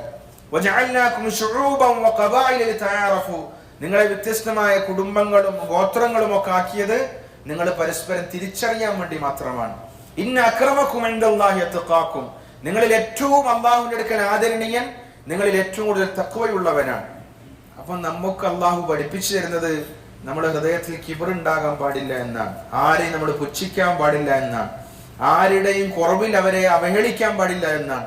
ആരെയും കുത്തുവാക്ക് പറയാൻ പാടില്ല എന്നാണ്. തറവാട് അള്ളാഹു തീരുമാനിച്ചിട്ട് ഒരാൾക്ക് കൊടുക്കുന്ന ഒരു കാര്യമാണ്. അത് അള്ളാഹിന്റെ തീരുമാനം. അത് ഒരാൾക്ക് വലിയ തറവാട് കിട്ടി വിചാരിച്ചിട്ട് അയാൾ അള്ള ബഹുമാനിച്ചതല്ല. ഒരാൾക്ക് ചെറിയ തറവാട് കിട്ടി വിചാരിച്ചിട്ട് അയാൾ അള്ള നിന്ദിച്ചതുമല്ല. അള്ളാഹ് പറയാണ് ഇതൊക്കെ പരീക്ഷണമാണ് ദുനിയാവിൽ. ഒരാൾ അള്ളാഹു സൗന്ദര്യമുള്ളവനാക്കി, ഒരാൾക്ക് അള്ള സൗന്ദര്യം കൊടുത്തില്ല. ഇത് അള്ളാഹു രൂപകൽപ്പന ചെയ്തതാണ് മാതാവിന്റെ ഗർഭാശയത്തിൽ വെച്ച്. അത് ഒരാളോട് സ്നേഹമുള്ളത് കൊണ്ട് അയാൾക്ക് സൗന്ദര്യം കൊടുത്തു, ഒരാൾക്ക് സ്നേഹം കുറഞ്ഞുകൊണ്ട് അയാൾക്ക് സൗന്ദര്യം കുറവ് കൊടുത്തു എന്നതല്ല, മറിച്ച് രണ്ടുപേരും പരീക്ഷണത്തിലാണ്. അള്ളാഹു സുബ്ഹാനഹു വ തആല സമ്പത്തുള്ളവനോടും അധികാരമുള്ളവനോടും അതുപോലെ തന്നെ സൗന്ദര്യമുള്ളവനോടും തറവാടുള്ളവനോടും നാളെ ആഖിറത്തിൽ ചോദിക്കും, ഇതിനൊക്കെ പകരം നീ അള്ളാഹ്ക്ക് എന്ത് ചെയ്തു? അത് നീ ദുരുപയോഗം ചെയ്തോ? അതിൽ നീ അഹങ്കരിച്ചോ എന്ന് ചോദിക്കും. ഇതേപോലെ തന്നെ പാവപ്പെട്ടവനോട് അള്ളാഹ് ചോദിക്കും, നീ ഇതിന് ക്ഷമിച്ചോ? ക്ഷമിച്ചിട്ടുണ്ടെങ്കിൽ അതിന് അവന് സ്വർഗമാണ് പ്രതിഫലം. അതുകൊണ്ട് ദുനിയാവിൽ പരസ്പരം അവഹേളിക്കാനോ നിന്ദിക്കാനോ ഉള്ള ഒരു മാനദണ്ഡമല്ല ഇതൊന്നും. അള്ളാഹു എല്ലാവരെയും പരീക്ഷിക്കുകയാണ്. സത്യത്തിൽ ആഖിറത്തിലെത്തുമ്പോഴാണ് യഥാർത്ഥ വിജയി ആരാണ്, യഥാർത്ഥ പരാജയി ആരാണ് എന്ന് ബോധ്യപ്പെടുക എന്ന് അള്ളാഹു സുബ്ഹാനഹു വ തആല പറയുകയുണ്ടായി. അറഫ മൈതാനിയിൽ വെച്ച് നബി സല്ലല്ലാഹു അലൈഹി വസല്ലം മറ്റൊരു കാര്യം പറഞ്ഞത്, നിങ്ങളുടെ സ്ത്രീകൾ അവരെ നിങ്ങൾ അനുവദനീയമാക്കിയത് അള്ളാഹുവിന്റെ കലിമത്തിലൂടെയാണ്. നിക്കാഹ് അത് അള്ളാഹുവിന്റെ ഒരു കലിമത്താണ്. സത്യത്തിൽ അള്ളാഹ് കൽപ്പിച്ചത് കൊണ്ട് നിങ്ങൾക്ക് എന്റെ മകളെ ഞാൻ വിവാഹം ചെയ്തു തരുന്നു എന്നാണ് ഉപ്പ ആദ്യം പറയുക. പുതിയാപ്പളിനോട് ആദ്യം പറയുന്നത് എന്താണ്? അള്ളാഹ് കൽപ്പിച്ചത് കൊണ്ട് ഞാൻ നിനക്ക് അവളെ വിവാഹം കഴിച്ചു തരികയാണ്. ഒന്നിക്കൽ നല്ല രീതിയിൽ നോക്കണം, അല്ലെങ്കിൽ പറ്റൂലെങ്കിൽ ഇങ്ങോട്ട് തിരിച്ചേൽപ്പിക്കണം. അതാണ് അതിന്റെ അർത്ഥം. അപ്പൊ അള്ളാഹു പറയാണ്, നിങ്ങൾ അള്ളാഹുവിന്റെ നാമത്തിലാണ് ഒരു പെണ്ണിനെ നിങ്ങൾ സ്വന്തമാക്കിയത്. അതുകൊണ്ട് അവളോടുള്ള കടമകൾ നിങ്ങൾ പൂർത്തീകരിക്കണം. അതിൽ വീഴ്ച വരുത്താൻ പാടില്ല, കുറവുകൾ വരുത്താൻ പാടില്ല.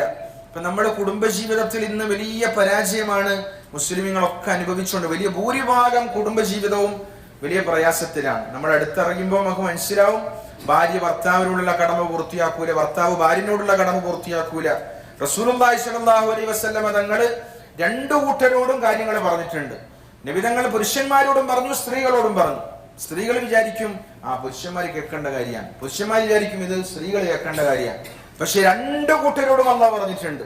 നബി സല്ലല്ലാഹു അലൈഹി വസല്ലം തങ്ങൾ പറയുകയുണ്ടായി, ഒരു സ്ത്രീ ഖൈറുൻ നിസ, ഏറ്റവും ശ്രേഷ്ഠമായ സ്ത്രീയായി മാറുന്നത് എപ്പോഴാണ്? ഇദാ നളറത ഇലൈഹാ സറത്തുക, ഭർത്താവായ നീ അവളുടെ മുഖത്ത് നോക്കുമ്പോൾ നിനക്ക് സന്തോഷം ഉണ്ടാവും. വൈദാ അമർതഹാ തഅതുക, നീ എന്തെങ്കിലും കൽപ്പിച്ചാൽ അവൾ അനുസരിക്കും. നീ ഇല്ലാത്തപ്പോൾ അവളുടെ സമ്പത്തും അവളുടെ ശരീരം അവളെ സംരക്ഷിക്കും. അങ്ങനെയുള്ള സ്ത്രീയാണ് ഏറ്റവും ഉത്കൃഷ്ടമായ സ്ത്രീ.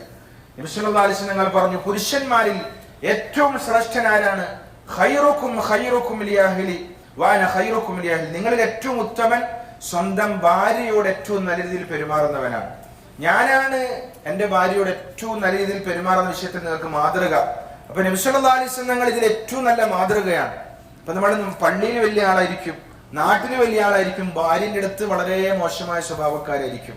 സത്യത്തിൽ റസൂലുള്ളാഹി സ്വല്ലല്ലാഹു അലൈഹി വസല്ലം പറഞ്ഞു, നിങ്ങൾ വളരെ മയമായി പെരുമാറണം. നിങ്ങൾ ചെറിയ ചെറിയ കാര്യങ്ങൾക്ക് വേണ്ടി കർശന നിലപാടുകൾ എടുത്തു കഴിഞ്ഞാൽ, വളഞ്ഞെല്ലിൽ നിന്നാണ് അവരെ സൃഷ്ടിച്ചത്, അത് ശരിയാക്കാൻ വേണ്ടി ശ്രമിച്ചാൽ പൊട്ടിപ്പോകും. എന്നാൽ നിങ്ങൾ തീരെ ശ്രദ്ധിക്കാണ്ട് വിട്ടു കഴിഞ്ഞാൽ അത് കൂടുതൽ വളയാനും സാധ്യതയുണ്ട്.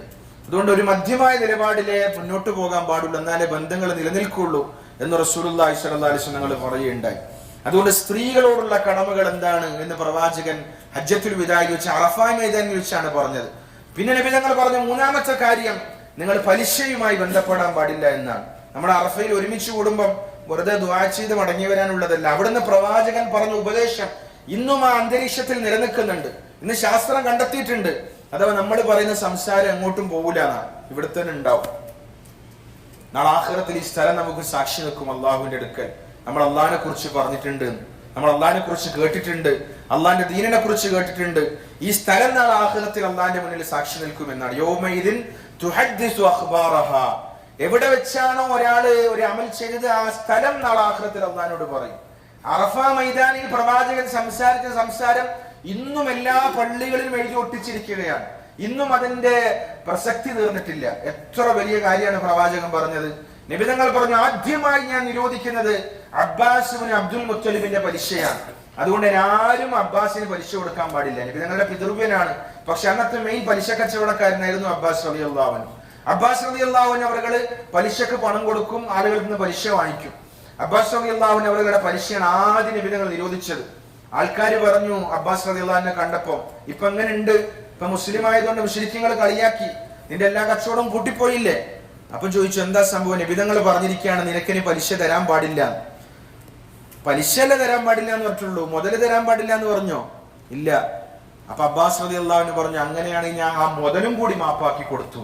ആ മുതൽ എനിക്ക് തിരിച്ചു വേണ്ട, ഫുള്ളായിട്ട് ഞാൻ ഒഴിവാക്കി. അല്ലാഹു സുബ്ഹാനഹു വ തആല അബ്ബാസ് റളിയല്ലാഹു അൻഹു അവരെ അല്ലാഹു കബൂലാക്കി. അദ്ദേഹത്തിന് 2 മക്കളുണ്ട്. ഒന്ന് ഫദ്ൽ ഇബ്നു അബ്ബാസ് റളിയല്ലാഹു അൻഹു, മറ്റൊന്ന് അബ്ദുല്ലാഹ് ഇബ്നു അബ്ബാസ് റളിയല്ലാഹു അൻഹു. നമ്മൾ തായിഫിൽ പോയാൽ കാണാൻ പറ്റും, അവിടെയാണ് അബ്ദുല്ലാഹ് ഇബ്നു അബ്ബാസ് റളിയല്ലാഹു അൻഹുവിന്റെ ഖബർ ഉള്ളത്.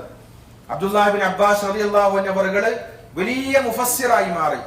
റഈസുൽ മുഫസ്സിരീനാണ് അബ്ദുല്ലാഹ് ഇബ്നു അബ്ബാസ് റളിയല്ലാഹു അൻഹു. അദ്ദേഹത്തിന്റെ മജ്ലിസിൽ ഡെയിലി 10,000 20,000 ആളുകൾ പങ്കെടുക്കും ഖുർആന്റെ തഫ്സീർ കേൾക്കാൻ വേണ്ടി. അദ്ദേഹത്തിന്റെ അനുജൻ വലിയ സമ്പന്നനായി ഫദ്ൽ ഇബ്നു അബ്ബാസ് റളിയല്ലാഹു അൻഹു. അദ്ദേഹം ഇവർക്കൊക്കെ ഭക്ഷണം കൊടുക്കും. ഒരാൾക്ക് 1000 ആൾക്ക് നമ്മളൊരു കല്യാണത്തിന് ഭക്ഷണം കൊടുക്കുമ്പോൾ നമുക്ക് എത്ര ഫിക്ർ ചെയ്യണം അതിനു വേണ്ടി. ഒരു തക്കാര നടത്താൻ എത്ര നമ്മൾ അതിനു വേണ്ടി ഫിക്ർ ചെയ്യണം. ഡെയിലി ഈ ക്ലാസ്സിന് വരുന്ന മുഴുവൻ ആളുകൾക്കും ഫദ്ൽ ഇബ്നു അബ്ബാസ് റളിയല്ലാഹു അൻഹു ഭക്ഷണം കൊടുക്കാൻ, ഡെയിലി കൊടുക്കാൻ. മുഅ്മിനീങ്ങളെ, അള്ളാഹു പലിശ ഒഴിവാക്കിയതിന്റെ പേരിൽ ഒരു കുറവും അബ്ബാസ് റളിയല്ലാഹു അൻഹുവിനെ വരുത്തിച്ചിട്ടില്ല. പലിശയുമായി ഒരാൾ ബന്ധപ്പെട്ടാൽ അയാളുടെ ജീവിതം നശിക്കും. ഇത് അല്ലാഹ് ഖുർആനിൽ പറഞ്ഞതാണ്. അല്ലാഹ് ഒരു റുക്കൂ മുഴുവൻ അതിനെ കുറിച്ചാണ് പറഞ്ഞത്. അതുകൊണ്ട് സ്ത്രീകൾ പ്രത്യേകം ശ്രദ്ധിക്കണം. എത്ര പ്രയാസം വന്നാലും നമ്മളുടെ സ്വർണം നമ്മൾ കൊണ്ടുപോയി ബാങ്കിൽ പണയം വെച്ച് അതിന്റെ പൈസ എടുക്കാൻ പാടില്ല. അങ്ങനെ എടുത്ത എത്രയോ സ്ത്രീകളുമായിട്ട് നമ്മൾ അവരുടെ പുരുഷന്മാര് അതുപോലെ തന്നെ ആൾക്കാരൊക്കെ ബന്ധപ്പെട്ട് അവർ ഒരിക്കലും തീരൂല അവരുടെ പ്രശ്നം. മരണം വരെ പ്രശ്നം ഉണ്ടാവുന്ന മാത്രമല്ല, അവരെ മക്കൾ തന്നെ അതിനു വേണ്ടിയായിരിക്കും വിദേശത്ത് പോയി കഷ്ടപ്പെടുന്നത്, ഈ കടം വീട്ടാൻ വേണ്ടി. നമ്മൾ ഒരു ലോൺ എടുത്ത് അല്ലെങ്കിൽ പലിശ വാങ്ങിച്ച് അത് നമ്മുടെ ജീവിതകാലം മുഴുവൻ ശ്രമിച്ചാലും വീട്ടാൻ കഴിയില്ല എന്ന് മാത്രമല്ല, പിന്നെ നമ്മുടെ മക്കൾ പോലും അതിനു വേണ്ടിയിട്ടായിരിക്കും അധ്വാനിക്കേണ്ടത്, അത് വീട്ടാൻ വേണ്ടി. ഒരാള് 30 ലക്ഷം എടുത്തു, പിന്നെ അത് വീട്ടി ഒരുപാട് അടച്ചു, നോക്കുമ്പോൾ 40% പലിശയിലേക്കാ പോയത്. ഇനിയും കിടക്കാണ് 3-2%. പിന്നെ മകൻ പോവാണ് വിദേശത്തേക്ക്. ഉപ്പ കുറെ കാലം വിദേശത്ത് നിന്ന് ആ കടം വീട്ടാൻ പറ്റിയില്ല, പിന്നെ മോൻ പോവുകയാണ് അതിനു വേണ്ടി. നമ്മൾ ചിന്തിച്ചു നോക്ക്, എന്തിനാ നമ്മൾ ജീവിക്കുന്നത്? അല്ലാഹു സുബ്ഹാനഹു വ തആല ഖുർആനിൽ പറയാണ്, നിങ്ങൾ ലോൺ എടുത്ത് പലിശയുമായി ബന്ധപ്പെട്ട് കഴിഞ്ഞാൽ നിങ്ങൾ അള്ളാഹിനോടും അള്ളാഹിന്റെ റസൂലിനോടും യുദ്ധപ്രഖ്യാപനം നടത്തുകയാണ്. നിങ്ങൾ ഒരിക്കലും വിജയിക്കുക. അള്ളാഹിന്റെ യുദ്ധം ചെയ്താൽ നമുക്ക് ജയിക്കാൻ പറ്റോ? അള്ളാഹിന്റെ റസൂലിനോട് യുദ്ധം ചെയ്താൽ ജയിക്കാൻ പറ്റോ? ഇന്ന് പലിശന്റെ പല വിഭാഗങ്ങളുണ്ട്. നബി തങ്ങൾ പറഞ്ഞു, അർരിബാ 70 ജുസ്ആ, പലിശ 70 ചില്ലാന വിഭാഗങ്ങളുണ്ട്. അതിൽ ഏറ്റവും ചെറുത് സ്വന്തം ഉമ്മയെ നിക്കാഹ് കഴിക്കുന്നതിനേക്കാൾ അള്ളാഹിന്റെ അടുക്കൽ കടുപ്പാണ്. ഉമ്മയെ നിക്കാഹ് കഴിക്കാന്ന് പറഞ്ഞിട്ടുണ്ട്, വേറെ വാക്കും നബി തങ്ങൾ ഉപയോഗിച്ചിട്ടുണ്ട്. മുഅ്മിനീങ്ങൾ, അതുകൊണ്ട് സ്വന്തം ഉമ്മാനെ നിക്കാഹ് കഴിക്കാൻ ഏതെങ്കിലും ഒരു സംസ്കാരം അംഗീകരിക്കോ? പലിശന്റെ ഏറ്റവും ചെറുതുപോലും അത്രയും അള്ളാഹിന്റെ അടുക്കൽ കടുപ്പപ്പെട്ടതാണെന്ന് റസൂലുള്ളാഹി സ്വല്ലല്ലാഹു അലൈഹി വസല്ലം പറഞ്ഞു. അതുകൊണ്ട് നമ്മളുടെ വാഹനം, നബി തങ്ങൾ പറഞ്ഞു, ഒരു മനുഷ്യൻ പാറിപ്പറന്ന മുടിയുമായി പൊടി പുരണ്ട ശരീരവുമായി അള്ളാഹിനോട് വിളിക്കും. അറഫയിൽ വെച്ചും മുസ്ദലിഫയിലൊക്കെ നമ്മളുടെ ഒരു യാഥാർത്ഥ്യമാണത്. പൊടി പുരണ്ട ശരീരമായിരിക്കും, ക്ഷീണിച്ചിരിക്കും. പെരുന്നാളിന്റെ രാവിലെ ചിലപ്പോൾ നാട്ടിൽ നിന്ന് ഫോൺ വരും, ഈദ് മുബാറക്ക് പറയാൻ. നമ്മൾ മുമ്പ് ഒരു ഹജ്ജിൽ ഇതേപോലെ നമ്മൾ അടുത്തിരിക്കുന്ന ആളെ നാട്ടിൽ നിന്ന് വിളിക്കുകയാണ് രാവിലെ. നമ്മൾ മുസ്ദലിഫയിൽ നിന്ന് മിനയിൽ ടെന്റിൽ എത്തിയിട്ടില്ല, ബസ്സിലാണ്. ബസ്സാണെങ്കിൽ ഉറുമ്പ് ചലിക്കുന്നത് പോലെയാണ് ചലിക്കുന്നത്, ഉറുമ്പതിനേക്കാൾ മുന്നിൽ എത്തിയിട്ടുണ്ടാവും. അങ്ങനെ ആ സമയത്താണ് വീട്ടിൽ നിന്ന് മോൻ വിളിക്കുന്നത്, ഉപ്പ ഈദ് മുബാറക്ക്. അപ്പൊ കുളിച്ചില്ല, ക്ഷീണിച്ച് അവശരായിരിക്കണം, രാത്രി ഉറങ്ങിയിട്ടില്ല, വിശപ്പൊരു ഭാഗത്ത്. അപ്പൊ ഉപ്പ പറയാണ്, മോനെ നമ്മക്കിടെ പെരുന്നാളൊന്നുമില്ല, അത് നിങ്ങൾക്കാ പെരുന്നാള്. ആ സമയത്ത് ഒരു അടിമ ചെയ്യുന്ന ദുആ അല്ലാഹ് തള്ളിക്കളയൂല, ആ ത്യാഗത്തിന്റെ സമയത്ത്. അതാണ് നബി തങ്ങൾ പറഞ്ഞത്, മുടികൾ പാറിപ്പുരണ്ട്, വസ്ത്രങ്ങളിൽ പൊടി പുരണ്ട്, അവൻ ക്ഷീണിച്ച അവശനായി അള്ളാഹിനെ വിളിക്കുകയാണ്, യാ റബ്ബ് യാ റബ്ബ്, എന്റെ റബ്ബെ എനിക്ക് പുറത്തു വരണം, അതിനു വേണ്ടിയിട്ടാണ് ഞാൻ ഈ ത്യാഗം ചെയ്യുന്നത്. അപ്പം അള്ളാഹു പറയും, എങ്ങനെ നിനക്ക് പുറത്തു തരാൻ പറ്റും? വമതഅമുഹു ഹറാം, നിന്റെ ഭക്ഷണം ഹറാമല്ലേ? വമൽബസുഹു ഹറാം, നിന്റെ വസ്ത്രം ഹറാമല്ലേ?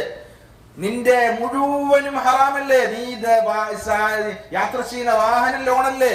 നിന്റെ വീട് ലോണല്ലേ? നിന്റെ ബാങ്കിലല്ലേ ഉള്ളത്? നിന്റെ പിന്നെ പണ്ടം പണയം എല്ലാം അള്ളാഹു പറയും. പിന്നെ എങ്ങനെ നിനക്ക് ഉത്തരം തരാൻ പറ്റും എന്ന് റസൂലുള്ളാഹി സ്വല്ലല്ലാഹു അലൈഹി വസല്ലം തങ്ങൾ അള്ളാഹു പറഞ്ഞതായി നമുക്ക് അറിയിച്ചു തരുന്നുണ്ട്. അതുകൊണ്ട് ഒരു ഹജ്ജിന് വേണ്ടി ഇഹ്റാം ചെയ്യുമ്പോൾ നബി സല്ലല്ലാഹു അലൈഹി വസല്ലം തങ്ങൾ പറഞ്ഞു, അവൻ അള്ളാഹുവിനെ വിളിക്കും. നമ്മൾ ഇവിടുന്ന് ഇഹ്റാം കെട്ടിയിട്ടാണ് മിനയിലേക്ക് പോവുക. അപ്പൊ ഇവിടുന്ന് ഇഹ്റാമിന്റെ കുളി കുളിച്ച് നമ്മളുടെ അഴുക്കുകളൊക്കെ നീക്കി നമ്മൾ ഇഹ്റാമിന്റെ കുളി കുളിക്കണം. എന്നിട്ട് അതിനുശേഷം നമ്മുടെ ശരീരത്തിൽ സുഗന്ധം പൂശി നമ്മൾ ഇഹ്റാമിന്റെ വസ്ത്രം പുരുഷന്മാർ ഒരു തുണി ഉടുക്കുക, ഒരു തുണി പുതക്കുക. പിന്നെ ഇഹ്റാമിൽ പ്രവേശിച്ചു കഴിഞ്ഞാൽ നമുക്ക് ചില കാര്യങ്ങൾ നിഷിദ്ധമാകും. ആ കാര്യങ്ങൾ നമ്മൾ പിന്നീട് പ്രത്യേകം ശ്രദ്ധിക്കണം. പ്രത്യേകിച്ച് നമ്മുടെ ഹജ്ജിൽ പ്രവേശിക്കുമ്പോൾ 6-7 ദിവസം നമ്മൾ ഇഹ്റാമിലായിരിക്കും.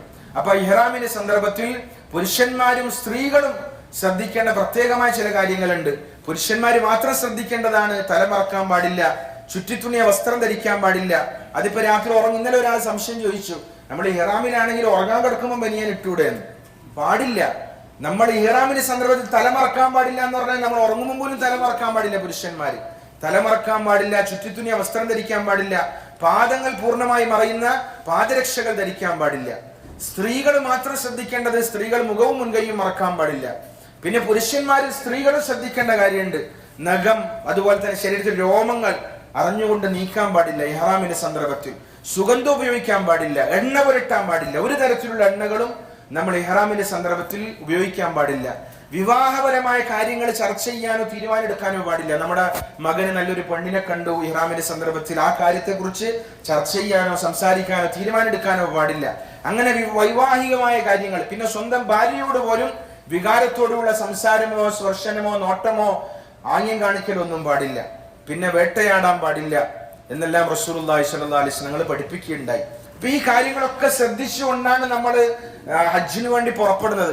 അപ്പൊ നമ്മൾ ഹജ്ജിൽ ഇഹ്റാമിൽ പ്രവേശിച്ചു കഴിഞ്ഞാൽ പിന്നെ നമ്മൾ ദുൽഹജ്ജ് 10ന്റെ ദിവസം, ദുൽഹജ്ജ് 10ന് നമ്മൾ ജംറത്തുൽ അഖബയിൽ മാത്രം എറിയണം 7 കല്ലുകൾ. ആ 7 കല്ലെറിയുന്നത് വരെ നമുക്ക് ചെയ്യാനുള്ള അമലെന്താണ്? തൽബിയത്ത് ചൊല്ലിക്കൊണ്ടിരിക്കുക എന്നുള്ളത് ഏറ്റവും കൂടുതൽ.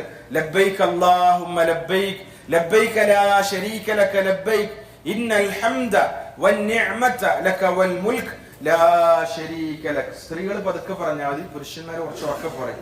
ലബ്ബൈക അല്ലാഹുമ്മ ലബ്ബൈക് ലബ്ബൈക ലാ ശരീക ലക ലബ്ബൈക് ഇന്നൽ ഹംദ വന്നിഅമത ലക വൽ മുൽക് ലാ ശരീക ലക് ലബ്ബൈക അല്ലാഹുമ്മ ലബ്ബൈക് ലബ്ബൈക ലാ ശരീക ലക ലബ്ബൈക് ഇന്നൽ ഹംദ വന്നിഅമത ലക വൽ മുൽക് ലാ ശരീക ലക്. അപ്പൊ നമ്മൾ മാഷാ അല്ലാഹ് ഈ ഇഹ്റാമിന്റെ വസ്ത്രം ധരിച്ച് നമ്മൾ തൽബിയത്ത് ചൊല്ലുക, ഹജ്ജിന്റെ നിയ്യത്ത് വെക്കണം. നവൈതുൽ ഹജ്ജ, ഞാൻ ഹജ്ജിന് വേണ്ടി നിയ്യത്ത് ചെയ്യുകയാണ്. വഅഹ്റംതു ബിഹി ലില്ലാഹി തആല, ഞാൻ ഹജ്ജിന് വേണ്ടി ഇഹ്റാം ചെയ്യുകയാണ്. അല്ലാഹു നീ എനിക്ക് ഇത് എളുപ്പാക്കി തരണം, എന്ന് നീ ഇതിനെ കബൂലാക്കണം എന്ന് പറഞ്ഞുകൊണ്ട് നമ്മൾ തൽബിയത്ത് 3 പ്രാവശ്യം പറഞ്ഞ് സലാത്ത് ചൊല്ലി അല്ലാഹുമ്മ നസ്അലുക റിളാക വൽ ജന്ന വനഊദു ബിക മിൻ സഖതിക വന്നാർ. അല്ലാഹു നിന്നോട് സ്വർഗ്ഗവും നിന്റെ തൃപ്തിയും ഞാൻ ചോദിക്കുകയാണ്, നിന്റെ കോപത്തിനും നരകത്തിനും ഞാൻ കാവൽ തേടുകയാണ് എന്ന് പറഞ്ഞിട്ടാണ് നമ്മൾ ഇവിടുന്ന് മിനയിലേക്ക് ഒന്നുകിൽ ദുൽഹജ്ജ് 7 രാത്രി തന്നെ നമ്മളെ കൊണ്ടുപോകും, അല്ലെങ്കിൽ ദുൽഹജ്ജ് 8 പ്രഭാതത്തിൽ നമ്മളെ കൊണ്ടുപോകും. അങ്ങനെ അന്നൊരു ദിവസം പൂർണ്ണമായി അവിടെ നമ്മൾ കഴിഞ്ഞുകൂടുകയാണ്. പിന്നെ പിറ്റേ ദിവസം നമ്മൾ അറഫയിലേക്കാണ് പോകുന്നത്. ചിലപ്പോൾ അന്ന് രാത്രി തന്നെ കൊണ്ടുപോകും, അല്ലെങ്കിൽ പിറ്റേ ദിവസം പ്രഭാതത്തിൽ ദുൽഹജ്ജ് 9-ന്. പിന്നെ അന്നത്തെ ദിവസം അസ്തമയത്തോടുകൂടി പിന്നെ നമ്മൾ മുസ്ദലിഫയിലേക്ക് വരികയാണ്. മുസ്ദലിഫയിൽ രാത്രി അള്ളാഹുവിനോട് അധികമായി ദുആ ചെയ്യണം. അതും ദുആക്ക് ഉത്തരം കിട്ടുന്ന സ്ഥലമാണ്. അന്ന് അവിടെ രാപ്പാർത്ത് പിറ്റേ ദിവസം നമുക്ക് ദുൽഹജ്ജ് 10-ന് ചെയ്യാനുള്ള അമലാണ് ജംറത്തുൽ അഖബയിൽ നമ്മൾ 7 കല്ലുകൾ എറിയണം. പിന്നെ നമ്മൾ അറവ് നടത്തുക, പിന്നെ മുടി കളയുക. ഈ കാര്യങ്ങൾ നമ്മൾ ചെയ്ത് അപ്പൊ നബി സല്ലല്ലാഹു അലൈഹി വസല്ലം തങ്ങളോട് ചില സഹാബാക്കൾ വന്നിട്ട് പറഞ്ഞു, നമ്മൾ ആദ്യം അറവ് നടത്തിപ്പോയി പിന്നെയാണ് മുടി കളഞ്ഞത്. ചില ആൾക്കാർ പറഞ്ഞു, നമ്മൾ ആദ്യം മുടി കളഞ്ഞു പോയി പിന്നെയാണ് അറവ് നടത്തിയത്. നബി തങ്ങൾ എല്ലാവരോടും പറഞ്ഞു, ലാ ഹർജ്, കുഴപ്പമില്ല. കുഴപ്പം എന്താണ്? ഒരു മുസ്ലിമിന് അഭിമാനക്ഷതം വരുത്താൻ പാടില്ല. അതാണ് കുഴപ്പം. നിങ്ങളുടെ ഹജ്ജ് കബൂലാകണമെങ്കിൽ, നിങ്ങളുടെ ഹജ്ജ് മഖ്ബൂലാകണമെങ്കിൽ, മബ്റൂർ ആകണമെങ്കിൽ നിങ്ങൾ ആരെയും പരിഹസിക്കാനോ പ്രയാസപ്പെടുത്താനോ ഞെരുക്കുണ്ടാക്കാനോ പാടില്ല. നിങ്ങൾ ഭക്ഷണം കഴിപ്പിക്കുക, എല്ലാവരോടും സലാം പറയുക, മയമായി സംസാരിക്കുക. ഈ 3 കാര്യം നിങ്ങൾ പ്രത്യേകം ശ്രദ്ധിക്കണം എന്ന് റസൂലുള്ളാഹി സ്വല്ലല്ലാഹു അലൈഹി വസല്ലം നിങ്ങൾ പറയുണ്ടായി. മബ്റൂറായ ഹജ്ജ് എന്ന് പറഞ്ഞാൽ ഈ 3 കാര്യങ്ങളാണ്. ഒന്നാമത്തേത് നമ്മൾ ഭക്ഷണം കഴിപ്പിക്കുക, രണ്ടാമത്തേത് നമ്മൾ ഇഫ്ശാഉസ്സലാം, എല്ലാവരോടും സലാം പറയുക, മൂന്നാമത്തേത് മയമായി എല്ലാവരോടും സംസാരിക്കുക, കടുപ്പത്തിൽ സംസാരിക്കാതിരിക്കുക. ഇതാണ് മബ്റൂറായ ഹജ്ജിന്റെ ലക്ഷണങ്ങൾ എന്ന് റസൂലുള്ളാഹി സ്വല്ലല്ലാഹു അലൈഹി വസല്ലം നിങ്ങൾ പറയുണ്ടായി. അപ്പൊ ഈ 3 അമലുകൾ ചെയ്ത് പിന്നെ നമുക്ക് 2 അമലും കൂടി അന്ന് ചെയ്യാൻ അവസരമുണ്ട്. അന്ന് ചെയ്യാം, അല്ലെങ്കിൽ പിന്നീട് ചെയ്യാം. ഈ 3 അമലുകൾ ചെയ്താൽ തന്നെ നമ്മൾ ചെറിയ തഹല്ലുലായി. പിന്നെ നമുക്ക് സാധാരണ വസ്ത്രം ധരിക്കാം, പക്ഷേ വാരിവർത്ത ബന്ധത്തിൽ ഏർപ്പെടാൻ പാടില്ല. അതുകൊണ്ട് നമ്മൾ വലിയ തഹല്ലുലാവുക എന്ന് പറഞ്ഞാൽ നമ്മൾ പോയിട്ട് തവാഫ് ചെയ്യണം, മക്കയിൽ പോയിട്ട് പിന്നെ സഅയും ചെയ്യണം. ഹജ്ജിന്റെ തവാഫും ഹജ്ജിന്റെ സഅയും ചെയ്ത് കഴിഞ്ഞാൽ നമ്മൾ പൂർണ്ണമായ തഹല്ലുലാവുള്ളൂ. പിന്നെ നമ്മൾ അന്നത്തെ ദിവസം വന്ന് മിനയിൽ താമസിച്ച് പിറ്റേ ദിവസം നമ്മൾ ളുഹറിന് ശേഷം 3 ജംറകളിൽ കല്ലെറിയണം. 7 കല്ല് വെച്ച് ജമറത്തുൽ ഊലയിൽ എറിയണം, ഉസ്തയിൽ എറിയണം, ഉഖ്ബയിൽ എറിയണം. അതുപോലെ തന്നെ പിറ്റേ ദിവസവും 12ാമത്തെ ദിവസം വേണമെങ്കിൽ നമുക്ക് എറിഞ്ഞിട്ട് മഗ്‌രിബിന് മുമ്പായിട്ട് അവിടെ നിന്ന് പോകാൻ അനുവാദമുണ്ട്. പക്ഷേ നമ്മൾ പൂർണ്ണമായിട്ട് 13ന്റെ അന്ന് കൂടി ളുഹറിന് ശേഷം എറിഞ്ഞിട്ട് പോകലാണ് ഏറ്റവും ഉത്തമം എന്ന് റസൂലുള്ളാഹി സ്വല്ലല്ലാഹു അലൈഹി വസല്ലം നിങ്ങൾ പഠിപ്പിച്ചിട്ടുണ്ട്. എന്തെങ്കിലും അത്യാവശ്യം ഒരാൾക്കുണ്ടെങ്കിൽ പോകുന്നതുകൊണ്ട് കുഴപ്പമില്ല എന്ന് ഖുർആനിൽ അല്ലാഹു സുബ്ഹാനഹു വ തആല പറയുന്നുണ്ട്. അത് ലക്ഷ്യം നമ്മളുടെ താല്പര്യമാകാൻ പാടില്ല, മറിച്ച് അള്ളാഹുവിന്റെ എന്തെങ്കിലും കൽപ്പനകളോ മറ്റെന്തെങ്കിലും അത്യാവശ്യങ്ങളോ നേരിട്ട് കഴിഞ്ഞാൽ ഒരാൾക്ക് 12ന് മഗ്‌രിബിന് മുമ്പായിട്ട് മിന വിടുന്നതുകൊണ്ട് കുഴപ്പമില്ല എന്ന് റസൂലുള്ളാഹി സ്വല്ലല്ലാഹു അലൈഹി വസല്ലം നിങ്ങൾ അറിയിച്ചിട്ടുണ്ട്. അപ്പൊ ഈ ഹജ്ജിന്റെ അമലുകൾ നമ്മൾ ചെയ്യുന്ന സമയത്ത് നമ്മൾ തൽബിയത്ത് പറയുമ്പോൾ നബി സല്ലല്ലാഹു അലൈഹി വസല്ലം നിങ്ങൾ പറയാണ്, ആകാശ ലോകത്തുനിന്നും ഒരു മലക്ക് അള്ളാഹുവിന്റെ ഭാഗത്തുനിന്ന് ആ തൽബിയത്തിന് ഇപ്രകാരം മറുപടി പറയും, ലബ്ബൈക വസഅദൈക, നിന്റെ തൽബിയത്ത് സ്വീകരിച്ചിരിക്കുന്നു, നിനക്ക് ഉയർന്ന പ്രതിഫലം ഇതിന് പകരമായി അള്ളാഹു നൽകുന്നതാണ്. കാരണം എന്താണ്? അള്ളാഹു പറയും, സാദുക ഹലാലുൻ, നീ ഹജ്ജിന് വേണ്ടി കൊണ്ടുവന്ന ഈ മുതല് ഹലാലാണ്. വറാഹിലതുക ഹലാലുൻ, നിന്റെ വാഹനം ഹലാലായതാണ്. നിന്റെ ഹജ്ജുക മബ്റൂറുൻ, നിന്റെ ഹജ്ജ് പുണ്യം നിറഞ്ഞതാണ്. ഗൈറു മൗസൂരിൻ, പാപങ്ങളില്ലാത്തതാണ്. എന്നാൽ വേറൊരു ഹാജി അദ്ദേഹം ലബ്ബൈക അല്ലാഹുമ്മ ലബ്ബൈക എന്ന് പറഞ്ഞ് അദ്ദേഹം ഹജ്ജിന് വേണ്ടി പുറപ്പെട്ടു. എന്നാൽ അള്ളാഹുവിന്റെ ഭാഗത്ത് നിന്ന് മലക്ക് വിളിച്ചു പറയുക, ലാ ലബ്ബൈക വലാ സഅദൈക, നിന്റെ ലബ്ബൈക അല്ലാഹുക്ക് ആവശ്യമില്ല, നിനക്കൊരു വിജയം ഉണ്ടാവില്ല. എന്താ കാരണം പറയുന്നത്? സാദുക ഹറാം, നീ ഇതിനു വേണ്ടി ഒരുക്കിയ സമ്പത്ത് ഹറാം കലർന്നതാണ്. ഒരു ഫിൽസ് ഹറാം ഉണ്ടെങ്കിൽ തള്ളപ്പെടും. നഊദു ബില്ലാഹ്, അല്ലാഹു നമ്മളൊക്കെ കാത്തു രക്ഷിക്കട്ടെ. അതുകൊണ്ട് നമ്മൾ പരിശുദ്ധമായ സമ്പാദ്യം നമുക്ക് ഉണ്ടാക്കണം. അതാണ് നമ്മൾ നമ്മുടെ മക്കളെ തീറ്റിക്കേണ്ടത്. മക്കള് മോശമാകുന്നതിന്റെ അടിസ്ഥാനപരമായ കാരണം അവര് ഹറാമ് തിന്നുന്നതിന്റെ പേരിലാണ്. ഇന്ന് മാതാപിതാക്കൾ ഏറ്റവും കൂടുതൽ വിഷമിക്കുന്നത് മക്കളെ കൊണ്ടാണ്. മക്കൾക്ക് അനുസരണയില്ല, ആണും പെണ്ണൊക്കെ തുല്യ, പെണ്ണാണ് ആണിനേക്കാൾ കൂടുതൽ ഇന്ന് വഷളാക്കുന്നത്. അതുകൊണ്ട് നമ്മളുടെ മക്കൾക്ക് പരിശുദ്ധമായത് ഹലാലായത് തീറ്റിക്കണം. നബി സല്ലല്ലാഹു അലൈഹി വസല്ലം നിങ്ങൾ അറഫ മൈതാനിൽ വെച്ച് പറഞ്ഞ പ്രധാനപ്പെട്ട കാര്യം ഇതാണ്, നിങ്ങൾ ഒരു കാരണവശാലും പലിശയുമായി ബന്ധപ്പെടരുത്. പലിശയുമായി ബന്ധപ്പെട്ട് ഹറാമ് നിങ്ങളുടെ മക്കൾ തിന്നാൽ മക്കള് മോശാവും. മക്കളെ കൊണ്ട് നിങ്ങൾക്ക് തീരാ ദുഃഖം ദുനിയാവിൽ അനുഭവിക്കേണ്ടി വരും, നിന്ദ്യത അനുഭവിക്കേണ്ടി വരും, പ്രയാസങ്ങൾ അനുഭവിക്കേണ്ടി വരും. അതുകൊണ്ട് റസൂലുള്ളാഹി സ്വല്ലല്ലാഹു അലൈഹി വസല്ലം നിങ്ങൾ പറയുകയാണ്, ഈ മനുഷ്യൻ ഹജ്ജിന് വന്നിട്ട് അള്ളാഹിനോട് പാറിപ്പറന്ന മുടിയുമായിട്ട് പൊടിപുരണ്ട ശരീരവുമായിട്ട് പറയാണ്, എനിക്ക് പുറത്തു തരണേ, ലബ്ബൈക അല്ലാഹുമ്മ ലബ്ബൈക.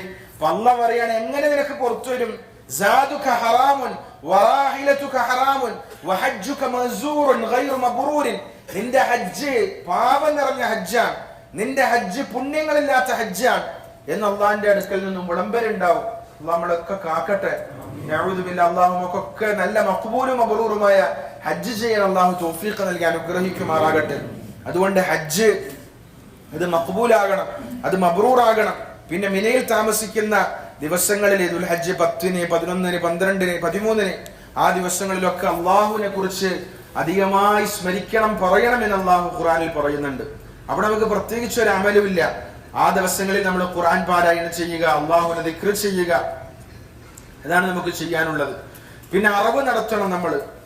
അള്ളാഹു ഖുർആനിൽ പറയുന്നുണ്ട്, ഫമൻ തമത്തഅ ബിൽ ഹജ്ജി ഇലൽ ഉംറ, ആരെങ്കിലും ഹജ്ജ് മാസങ്ങളിൽ പുറപ്പെട്ടു നാട്ടിൽ നിന്ന്, എന്നിട്ട് അവർ ഉംറ ചെയ്യാൻ, എന്നിട്ട് സുഖമെടുക്കുകയാണ് ഹജ്ജിന്റെ ദിവസം വരെ, അങ്ങനെയാണെങ്കിൽ അവൻ ഒരു അറവ് നടത്തണം, അതായത് ഫിദിയായിട്ട് അവൻ കൊടുക്കണം.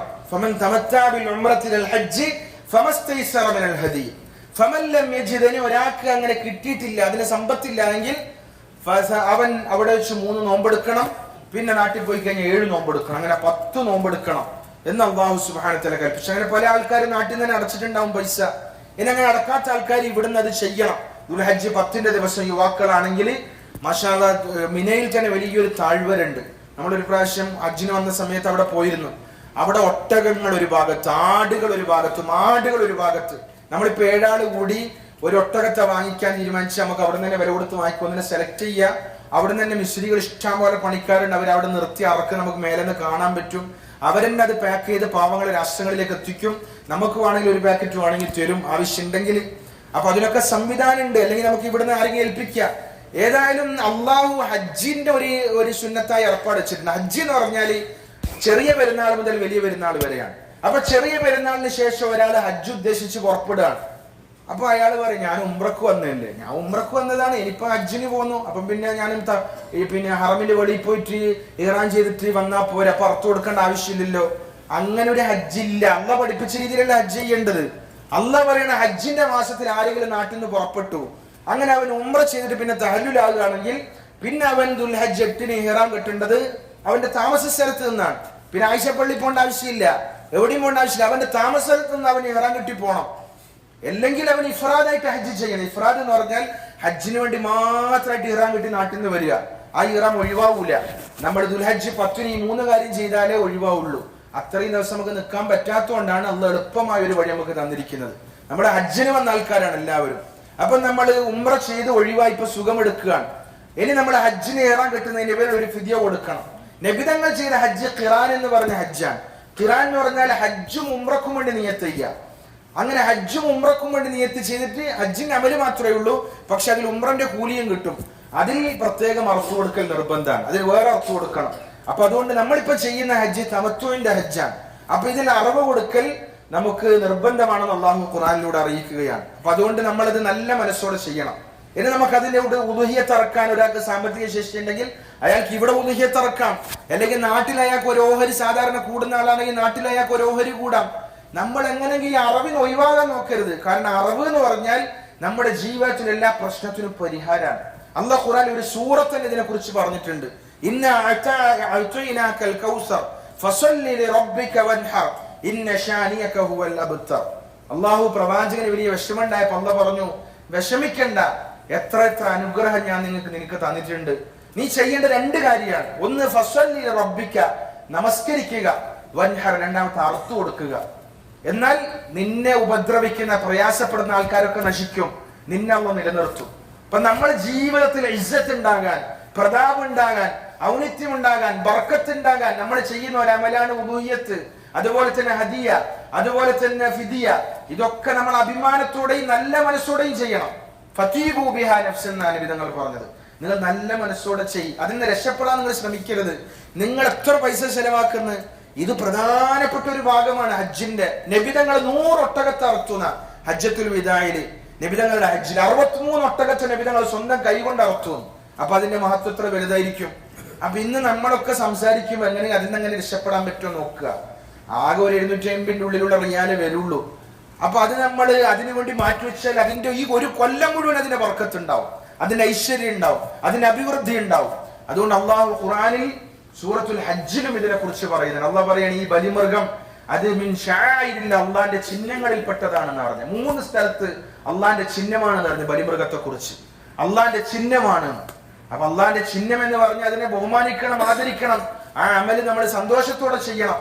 അതുകൊണ്ട് നമ്മൾ പൈസ അടക്കാത്ത ആളാണെങ്കിൽ ഇൻഷാ അല്ലാഹ് അതിനൊക്കെ വേണ്ടി ഏർപ്പാട് ചെയ്യുക, പരിശ്രമിക്കുക. അള്ളാഹു ഇതിലൊക്കെ വലിയ ബർക്കത്ത്. നമ്മൾ എത്ര ലക്ഷങ്ങൾ ചെലവാക്കി, അതിന്റെ കൂട്ടത്തിൽ ഒരു 10,000 രൂപയും കൂടി കൂടുതൽ ചെലവാക്കുന്നേ ഉള്ളൂ. മാഷാ അല്ലാഹ് എത്ര വലിയ ബർക്കത്തുണ്ടാവും അതിന്റെ പേരിൽ, എത്ര വലിയ ഐശ്വര്യം ഉണ്ടാവും, എത്ര വലിയ സന്തോഷം ഉണ്ടാവും.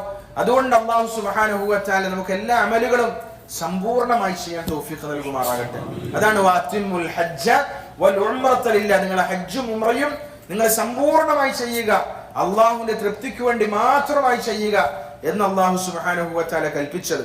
ഹജ്ജ് കഴിഞ്ഞാൽ ഹജ്ജ് ഖബൂലായതിന്റെ ലക്ഷണമാണ് അവൻ ദീനനുസരിച്ച് ജീവിക്കും, പരമാവധി ഹറമിൽ തന്നെ താമസിക്കാൻ വേണ്ടി അവർ ശ്രമിക്കും. നമ്മളുടെ റിട്ടേൺ ടിക്കറ്റിന്റെ ബോർഡിംഗ് പാസ് അടക്കം നമുക്ക് തന്നിട്ട് നമ്മൾ വിട്ടത്. പക്ഷെ ശൈത്താൻ എന്ത് ചെയ്യും? ഹജ്ജ് കഴിഞ്ഞാൽ പിന്നെ ഡേറ്റ് ആകുന്നില്ലല്ലോ എന്ന് ചിന്തിച്ച ആൾക്കാർക്ക് ഭയങ്കര വിശ്വാസം ഉണ്ടാക്കും. പിന്നെ മടിയന്മാരേക്കും ആളുകൾ. ഹജ്ജിന് വരെ നല്ല ആവേശമായിരിക്കും, ഹജ്ജ് കഴിഞ്ഞാൽ പിന്നെ മടിയന്മാരും. അങ്ങനെ ആകാൻ പാടില്ല. കാരണം നമുക്ക് വളരെ വിരളമായി കിട്ടുന്ന ഒരു സമയമാണ് ഇവിടെ ഹറമില്. പിന്നെ മദീനയിലൊക്കെ താമസിക്കും. മദീനയിൽ 10 ദിവസം നമ്മൾ ഉണ്ടാവും. 8 ദിവസം നമ്മൾ മദീനയിൽ ഇമാമും ജമാഅത്തായിട്ട് അവിടുത്തെ മസ്ജിദ് നബവിയിൽ നിസ്കരിക്കുകയാണെങ്കിൽ 2 രീതിയിലുള്ള മോചനം ഉണ്ട്. ഒന്ന് നരകത്തിനുള്ള മോചനം ഉണ്ട്, മറ്റൊന്ന് നിഫാഖ് എന്നുള്ള മോചനം ഉണ്ട്. അതൊക്കെ നമുക്ക് കിട്ടണ്ടേ? അപ്പൊ ഇവിടെ നമ്മൾ പൂർണ്ണമായി നിന്ന് നമ്മൾ മദീനത്ത് പോയി, പിന്നെ മദീന നമ്മളെ ഫ്ലൈറ്റ്. അതുകൊണ്ട് അതിന് വരെ നമ്മളെ ക്ഷമിച്ച് ഏറ്റവും നല്ല രീതിയിൽ നമുക്ക് ആഖിറത്തിൽ കൊണ്ടുപോകാനുള്ള ഏറ്റവും വലിയ ഒരു ഒരുക്കുമുതലാണെന്ന് മനസ്സിലാക്കി നമ്മൾ ഇൻഷാ അല്ലാഹ് ഏറ്റവും നല്ല രീതിയിൽ നമ്മുടെ അമലുകൾ നമ്മൾ പൂർത്തിയാക്കണം. അല്ലാഹു സുബ്ഹാനഹു വ തആല ഹജ്ജിനെ കുറിച്ച് പറഞ്ഞപ്പോൾ അല്ലാഹു പറഞ്ഞത് ഫലാ റഫസ വലാ ഫുസൂഖ വലാ ജിദാല ഫിൽ ഹജ്ജ്. ഹജ്ജ് മഖ്ബൂലാകണമെങ്കിൽ 3 കാര്യം പ്രത്യേകം ശ്രദ്ധിക്കണം. ഒന്ന്, റഫസ് പാടില്ല. ഭാര്യയോട് പോലും വികാരത്തോടുള്ള സംസാരമോ നോട്ടമോ പാടില്ല. പിന്നെ അന്യ സ്ത്രീകളുടെ കാര്യം എത്ര സൂക്ഷിക്കണം. അതുപോലെ തന്നെ വലാ ഫുസൂഖ, മറ്റിതര പാപകർമ്മങ്ങളിൽ ഏർപ്പെടാൻ പാടില്ല. വലാ ജിദാല, തർക്കത്തിൽ ഏർപ്പെടാൻ പാടില്ല. ഈ 3 കാര്യം ശ്രദ്ധിച്ചാൽ മഖ്ബൂലാകും ഹജ്ജ്. പിന്നെ മറ്റേ 3 കാര്യം, ഭക്ഷണം കഴിപ്പിക്കുക, സലാം പറയുക, മയമായ സംസാരം, നമ്മുടെ ഹജ്ജ് മബ്റൂറാവും. അതാണ് മഖ്ബൂലും മബ്റൂറുമായ ഹജ്ജ് ചെയ്യാൻ നമുക്ക് തൗഫീഖ് നൽകണേ എന്ന് നമ്മൾ ദുആ ചെയ്യുന്നതിന്റെ അർത്ഥം. അല്ലാഹു നമുക്ക് എല്ലാവർക്കും മഖ്ബൂലും മബ്റൂറുമായ ഹജ്ജ് ചെയ്യാൻ തൗഫീഖ് നൽകി അനുഗ്രഹിക്കുമാറാകട്ടെ. ഹജ്ജ് കഴിഞ്ഞ് മരണം വരെ അല്ലാഹു തൃപ്തിപ്പെടുന്ന വഴിയിൽ ജീവിതം മുഴുവൻ സമർപ്പിക്കാനും അവസാന ഈമാനോടുകൂടി കലിമ ചൊല്ലി അല്ലാഹുവിലേക്ക് മടങ്ങാനും അല്ലാഹു നമുക്ക് എല്ലാവർക്കും തൗഫീഖ് നൽകുമാറാകട്ടെ. അല്ലാഹു സുബ്ഹാനഹു വ തആല നമ്മുടെ ഹജ്ജൊക്കെ നമുക്ക് എളുപ്പമാക്കി തരുമാറാകട്ടെ. അല്ലാഹു ഒരു പ്രയാസവും ബുദ്ധിമുട്ടും ഇല്ലാതെ ഈ വർഷത്തെ എല്ലാ ഹജ്ജാജിമാരെയും ഹജ്ജുമമാരെയും അല്ലാഹു സുബ്ഹാനഹു വ തആല കബൂലാക്കുമാറാകട്ടെ. ഒരു അപകടം, പെട്ടെന്നുണ്ടാകുന്ന രോഗങ്ങൾ, അനർത്ഥങ്ങൾ ഇതൊന്നും സംഭവിക്കാതെ അല്ലാഹു സുബ്ഹാനഹു വ തആല നമ്മളെല്ലാവരെയും സംരക്ഷിക്കുമാറാകട്ടെ. അല്ലാഹു നമ്മളെ ഏറ്റവും സന്തോഷത്തിൽ നാട്ടുകാര് കുടുംബക്കാരൊക്കെ യാത്രയാക്കി അവർക്ക് ഏറ്റവും നല്ല രീതിയിൽ നമ്മളെ സ്വീകരിക്കാൻ പറ്റുന്ന രീതിയിൽ നമ്മൾ ഹജ്ജ് ഉംറയൊക്കെ ചെയ്ത് നാട്ടിലേക്ക് മടങ്ങാൻ അല്ലാഹു സുബ്ഹാനഹു വ തആല നമുക്ക് എല്ലാവർക്കും സൗഭാഗ്യം നൽകി അനുഗ്രഹിക്കുമാറാകട്ടെ. അൽഹംദുലില്ലാഹി റബ്ബിൽ ആലമീൻ. اللهم صل على سيدنا محمد وعلى ال سيدنا محمد. لا اله الا الله العظيم الحليم. لا اله الا الله رب العرش العظيم. لا اله الا الله رب السماوات ورب الارض ورب العرش الكريم. اللهم صل على سيدنا محمد وعلى ال سيدنا محمد كما صليت على ابراهيم وعلى ال ابراهيم. وبارك على محمد وعلى ال محمد كما باركت على إبراهيم وعلى آل إبراهيم إنك حميد مجيد. اللهم اغفر للمؤمنين والمؤمنات والمسلمين والمسلمات الأحياء منهم والأموات. اللهم أعز الإسلام والمسلمين. اللهم انصر من نصر دين نبينا محمد صلى الله عليه وسلم. اللهم اجعلنا منهم واخذل من خذل دين نبينا محمد صلى الله عليه وسلم. اللهم لا تجعلنا منهم. اللهم ربنا آتنا في الدنيا حسنة وفي الآخرة حسنة وقنا عذاب النار. اللهم ارزقنا حج بيتك الحرم وزيارة قبر نبينا مصطفى محمد صلى الله عليه وسلم مع الصحة والعافية مرارا يا رب العالمين. اللهم اعز الإسلام والمسلمين. اللهم اعز الإسلام والمسلمين. اللهم اعز الإسلام والمسلمين. اللهم إنا نسألك رضاك والجنة ونعوذ بك من سخطك والنار. കരുണയുള്ള നാഥ റഹ്മാനായ തമ്പുരാനെ, ഞങ്ങളുടെ ഒരുമിച്ചുകൂടൽ നീ കബൂലാക്കണേ യാ അല്ലാഹ്. മഖ്ബൂലും മബ്റൂറുമായ ഹജ്ജും ഉംറയും ചെയ്യാൻ ഞങ്ങൾക്ക് എല്ലാവർക്കും നീ സൗഭാഗ്യം നൽകണേ റബ്ബേ. അല്ലാഹു ഞങ്ങളുടെ അമലുകളെല്ലാം ഞങ്ങൾക്ക് എളുപ്പമാക്കി തരണേ യാ അല്ലാഹ്. കാമിലായ ഈമാൻ നസീബാക്കണേ യാ അല്ലാഹ്. കാമിലായ യഖീൻ നൽകി അനുഗ്രഹിക്കണേ യാ അല്ലാഹ്. തഖ്വ നൽകി അനുഗ്രഹിക്കണേ യാ അല്ലാഹ്. തവാളു നൽകി അനുഗ്രഹിക്കണേ യാ അല്ലാഹ്. എല്ലാ സൽഗുണങ്ങളെയും കൊണ്ട് ഞങ്ങളെ നീ ധന്യമാക്കണേ റബ്ബേ. ഞങ്ങളുടെ നമസ്കാരങ്ങളിൽ വന്ന എല്ലാ വീഴ്ചകളും നീ പുറത്തു തരണേ യാ അല്ലാഹ്. ഇനി ഒരു നമസ്കാരം പോലും ജീവിതത്തിൽ ഖലാക്കുന്ന ഒരു അവസ്ഥ വരാതെ കാക്കണേ റബ്ബേ. നിന്നോട് നിന്റെ ഹബീബിനോട് സ്നേഹിട്ട് യാ അല്ലാഹ്. നീ ഇഷ്ടപ്പെടുന്ന അമലുകൾ ഞങ്ങൾക്ക് പ്രിയപ്പെട്ടതാക്കണേ റബ്ബേ. തെറ്റുകുറ്റങ്ങളോട് വെറുപ്പിട്ട് തരണേ യാ അല്ലാഹ്. അല്ലാഹുവേ, കരുണയുള്ള നാഥ, ഞങ്ങൾക്ക് നീ പുറത്തു തരണം യാ അല്ലാഹ്. ഞങ്ങൾക്ക് നീ മാപ്പാക്കി തരണം യാ അല്ലാഹ്. ഞങ്ങളോട് നീ കരുണ കാണിക്കണം റബ്ബേ. അല്ലാഹു ഞങ്ങളുടെ ജഹാലത്ത് മാറ്റിത്താ അല്ലാഹ്. ഗഫലത്ത് മാറ്റിത്തരണേ റബ്ബേ. അല്ലാഹു ഞങ്ങളെ നീ സഹായിക്കണേ യാ അല്ലാഹ്. ഞങ്ങൾക്ക് നീ എളുപ്പമാക്കി തരണേ യാ അല്ലാഹ്. ഹജ്ജിനെ കുറിച്ച് ഞങ്ങൾക്ക് നീ പഠിപ്പിച്ചു തരണേ യാ അല്ലാഹ്. ഹജ്ജിനെ കുറിച്ച് ഞങ്ങൾക്ക് വായിക്കാനും മനസ്സിലാക്കാനും സൗഭാഗ്യം നൽകണേ യാ അല്ലാഹ്. എളുപ്പത്തിൽ മനസ്സിലാക്കാൻ ഞങ്ങൾക്ക് തൗഫീഖ് നൽകണേ പടച്ച റബ്ബേ. അതിനുള്ള ഗ്രാഹ്യശക്തി നൽകണേ യാ അല്ലാഹ്. ഓർമ്മശക്തി നൽകണേ യാ അല്ലാഹ്. സൽസ്വഭാവം തരണേ പടച്ച റബ്ബേ. ഞങ്ങളുടെ മാതാപിതാക്കളോട് കരുണ ചെയ്യണേ യാ അല്ലാഹ്. അവരിൽ മരണപ്പെട്ടുപോയ ഖബർ സ്വർഗ്ഗത്തിന്റെ പൂന്തോപ്പാക്കി കൊടുക്കണേ യാ അല്ലാഹ്. ഞങ്ങളുടെ വല്യുപ്പന്മാർ വല്യുമ്മമാർ, ഞങ്ങളുമായി ബന്ധപ്പെട്ട പല ആൾക്കാരും, ഞങ്ങളോട് ഗുണകാംക്ഷ പുലർത്തിയവർ, ഞങ്ങൾ വളർന്നു വലുതായി വരാൻ ആഗ്രഹിച്ചവർ, അല്ലാഹ് അവരൊക്കെ ഇന്ന് ഖബറുകളിലാണ് പടച്ച റബ്ബേ. അവരുടെ ഖബർ നീ സ്വർഗ്ഗത്തിന്റെ പൂന്തോപ്പാക്കി കൊടുക്കണേ യാ അല്ലാഹ്. സ്വർഗ്ഗത്തിന്റെ പട്ട് വിരിച്ചു കൊടുക്കണേ യാ അല്ലാഹ്. സ്വർഗ്ഗത്തിന്റെ കവാടം തുറന്നു കൊടുക്കണേ പടച്ച റബ്ബേ. അവരോട് നീ കരുണ കാണിക്കണേ യാ അല്ലാഹ്. അല്ലാഹു ഞങ്ങൾക്ക് നീ മാപ്പാക്കി തരണേ യാ അല്ലാഹ്. ഞങ്ങൾക്ക് നീ പുറത്തു തരണേ പടച്ച റബ്ബേ. അല്ലാഹുവേ ഞങ്ങൾക്ക് ഇഖ്ലാസ് തരണേ യാ അല്ലാഹ്. നിയ്യത്തിൽ ബലഹീനത സംഭവിക്കാതെ കാക്കണേ പടച്ച റബ്ബേ. അല്ലാഹു നിന്റെ ദീനിന്റെ ദഅവത്തിന് വേണ്ടി മരണം വരെ ഉറച്ചു നിൽക്കാനും പരിശ്രമിക്കാനും ഞങ്ങൾ എല്ലാവരും നീ സഹായിക്കണേ യാ അല്ലാഹ്. അവസാന ജന്നാത്തുൽ ഫിർദൗസിൽ ഞങ്ങൾ എത്തിക്കണേ പടച്ച റബ്ബേ. ഈമാനോടുള്ള മരണം നസീബാക്കണേ യാ അല്ലാഹ്. ഖബറിന്റെ ഏകാന്തതയിൽ ഞങ്ങളെ നീ സഹായിക്കണേ പടച്ച റബ്ബേ. ഞങ്ങളുടെ ദുആകൾ നിന്റെ ഫദ്ല് കൊണ്ട് ഖബൂലാക്കണേ പടച്ച റബ്ബേ. ആമീൻ ബിറഹ്മതിക യാ അർഹമർ റഹീമീൻ. സല്ലല്ലാഹു തആല വസല്ലമ അലാ ഖൈരി ഖൽഖിഹി സയ്യിദിനാ മുഹമ്മദ് വഅലാ ആലിഹി വസഹ്ബിഹി അജ്മഈൻ. സുബ്ഹാന റബ്ബിക റബ്ബിൽ ഇസ്സത്തി അമ്മാ യസിഫൂൻ വസലാമുൻ അലൽ മുർസലീൻ വൽഹംദുലില്ലാഹി റബ്ബിൽ ആലമീൻ.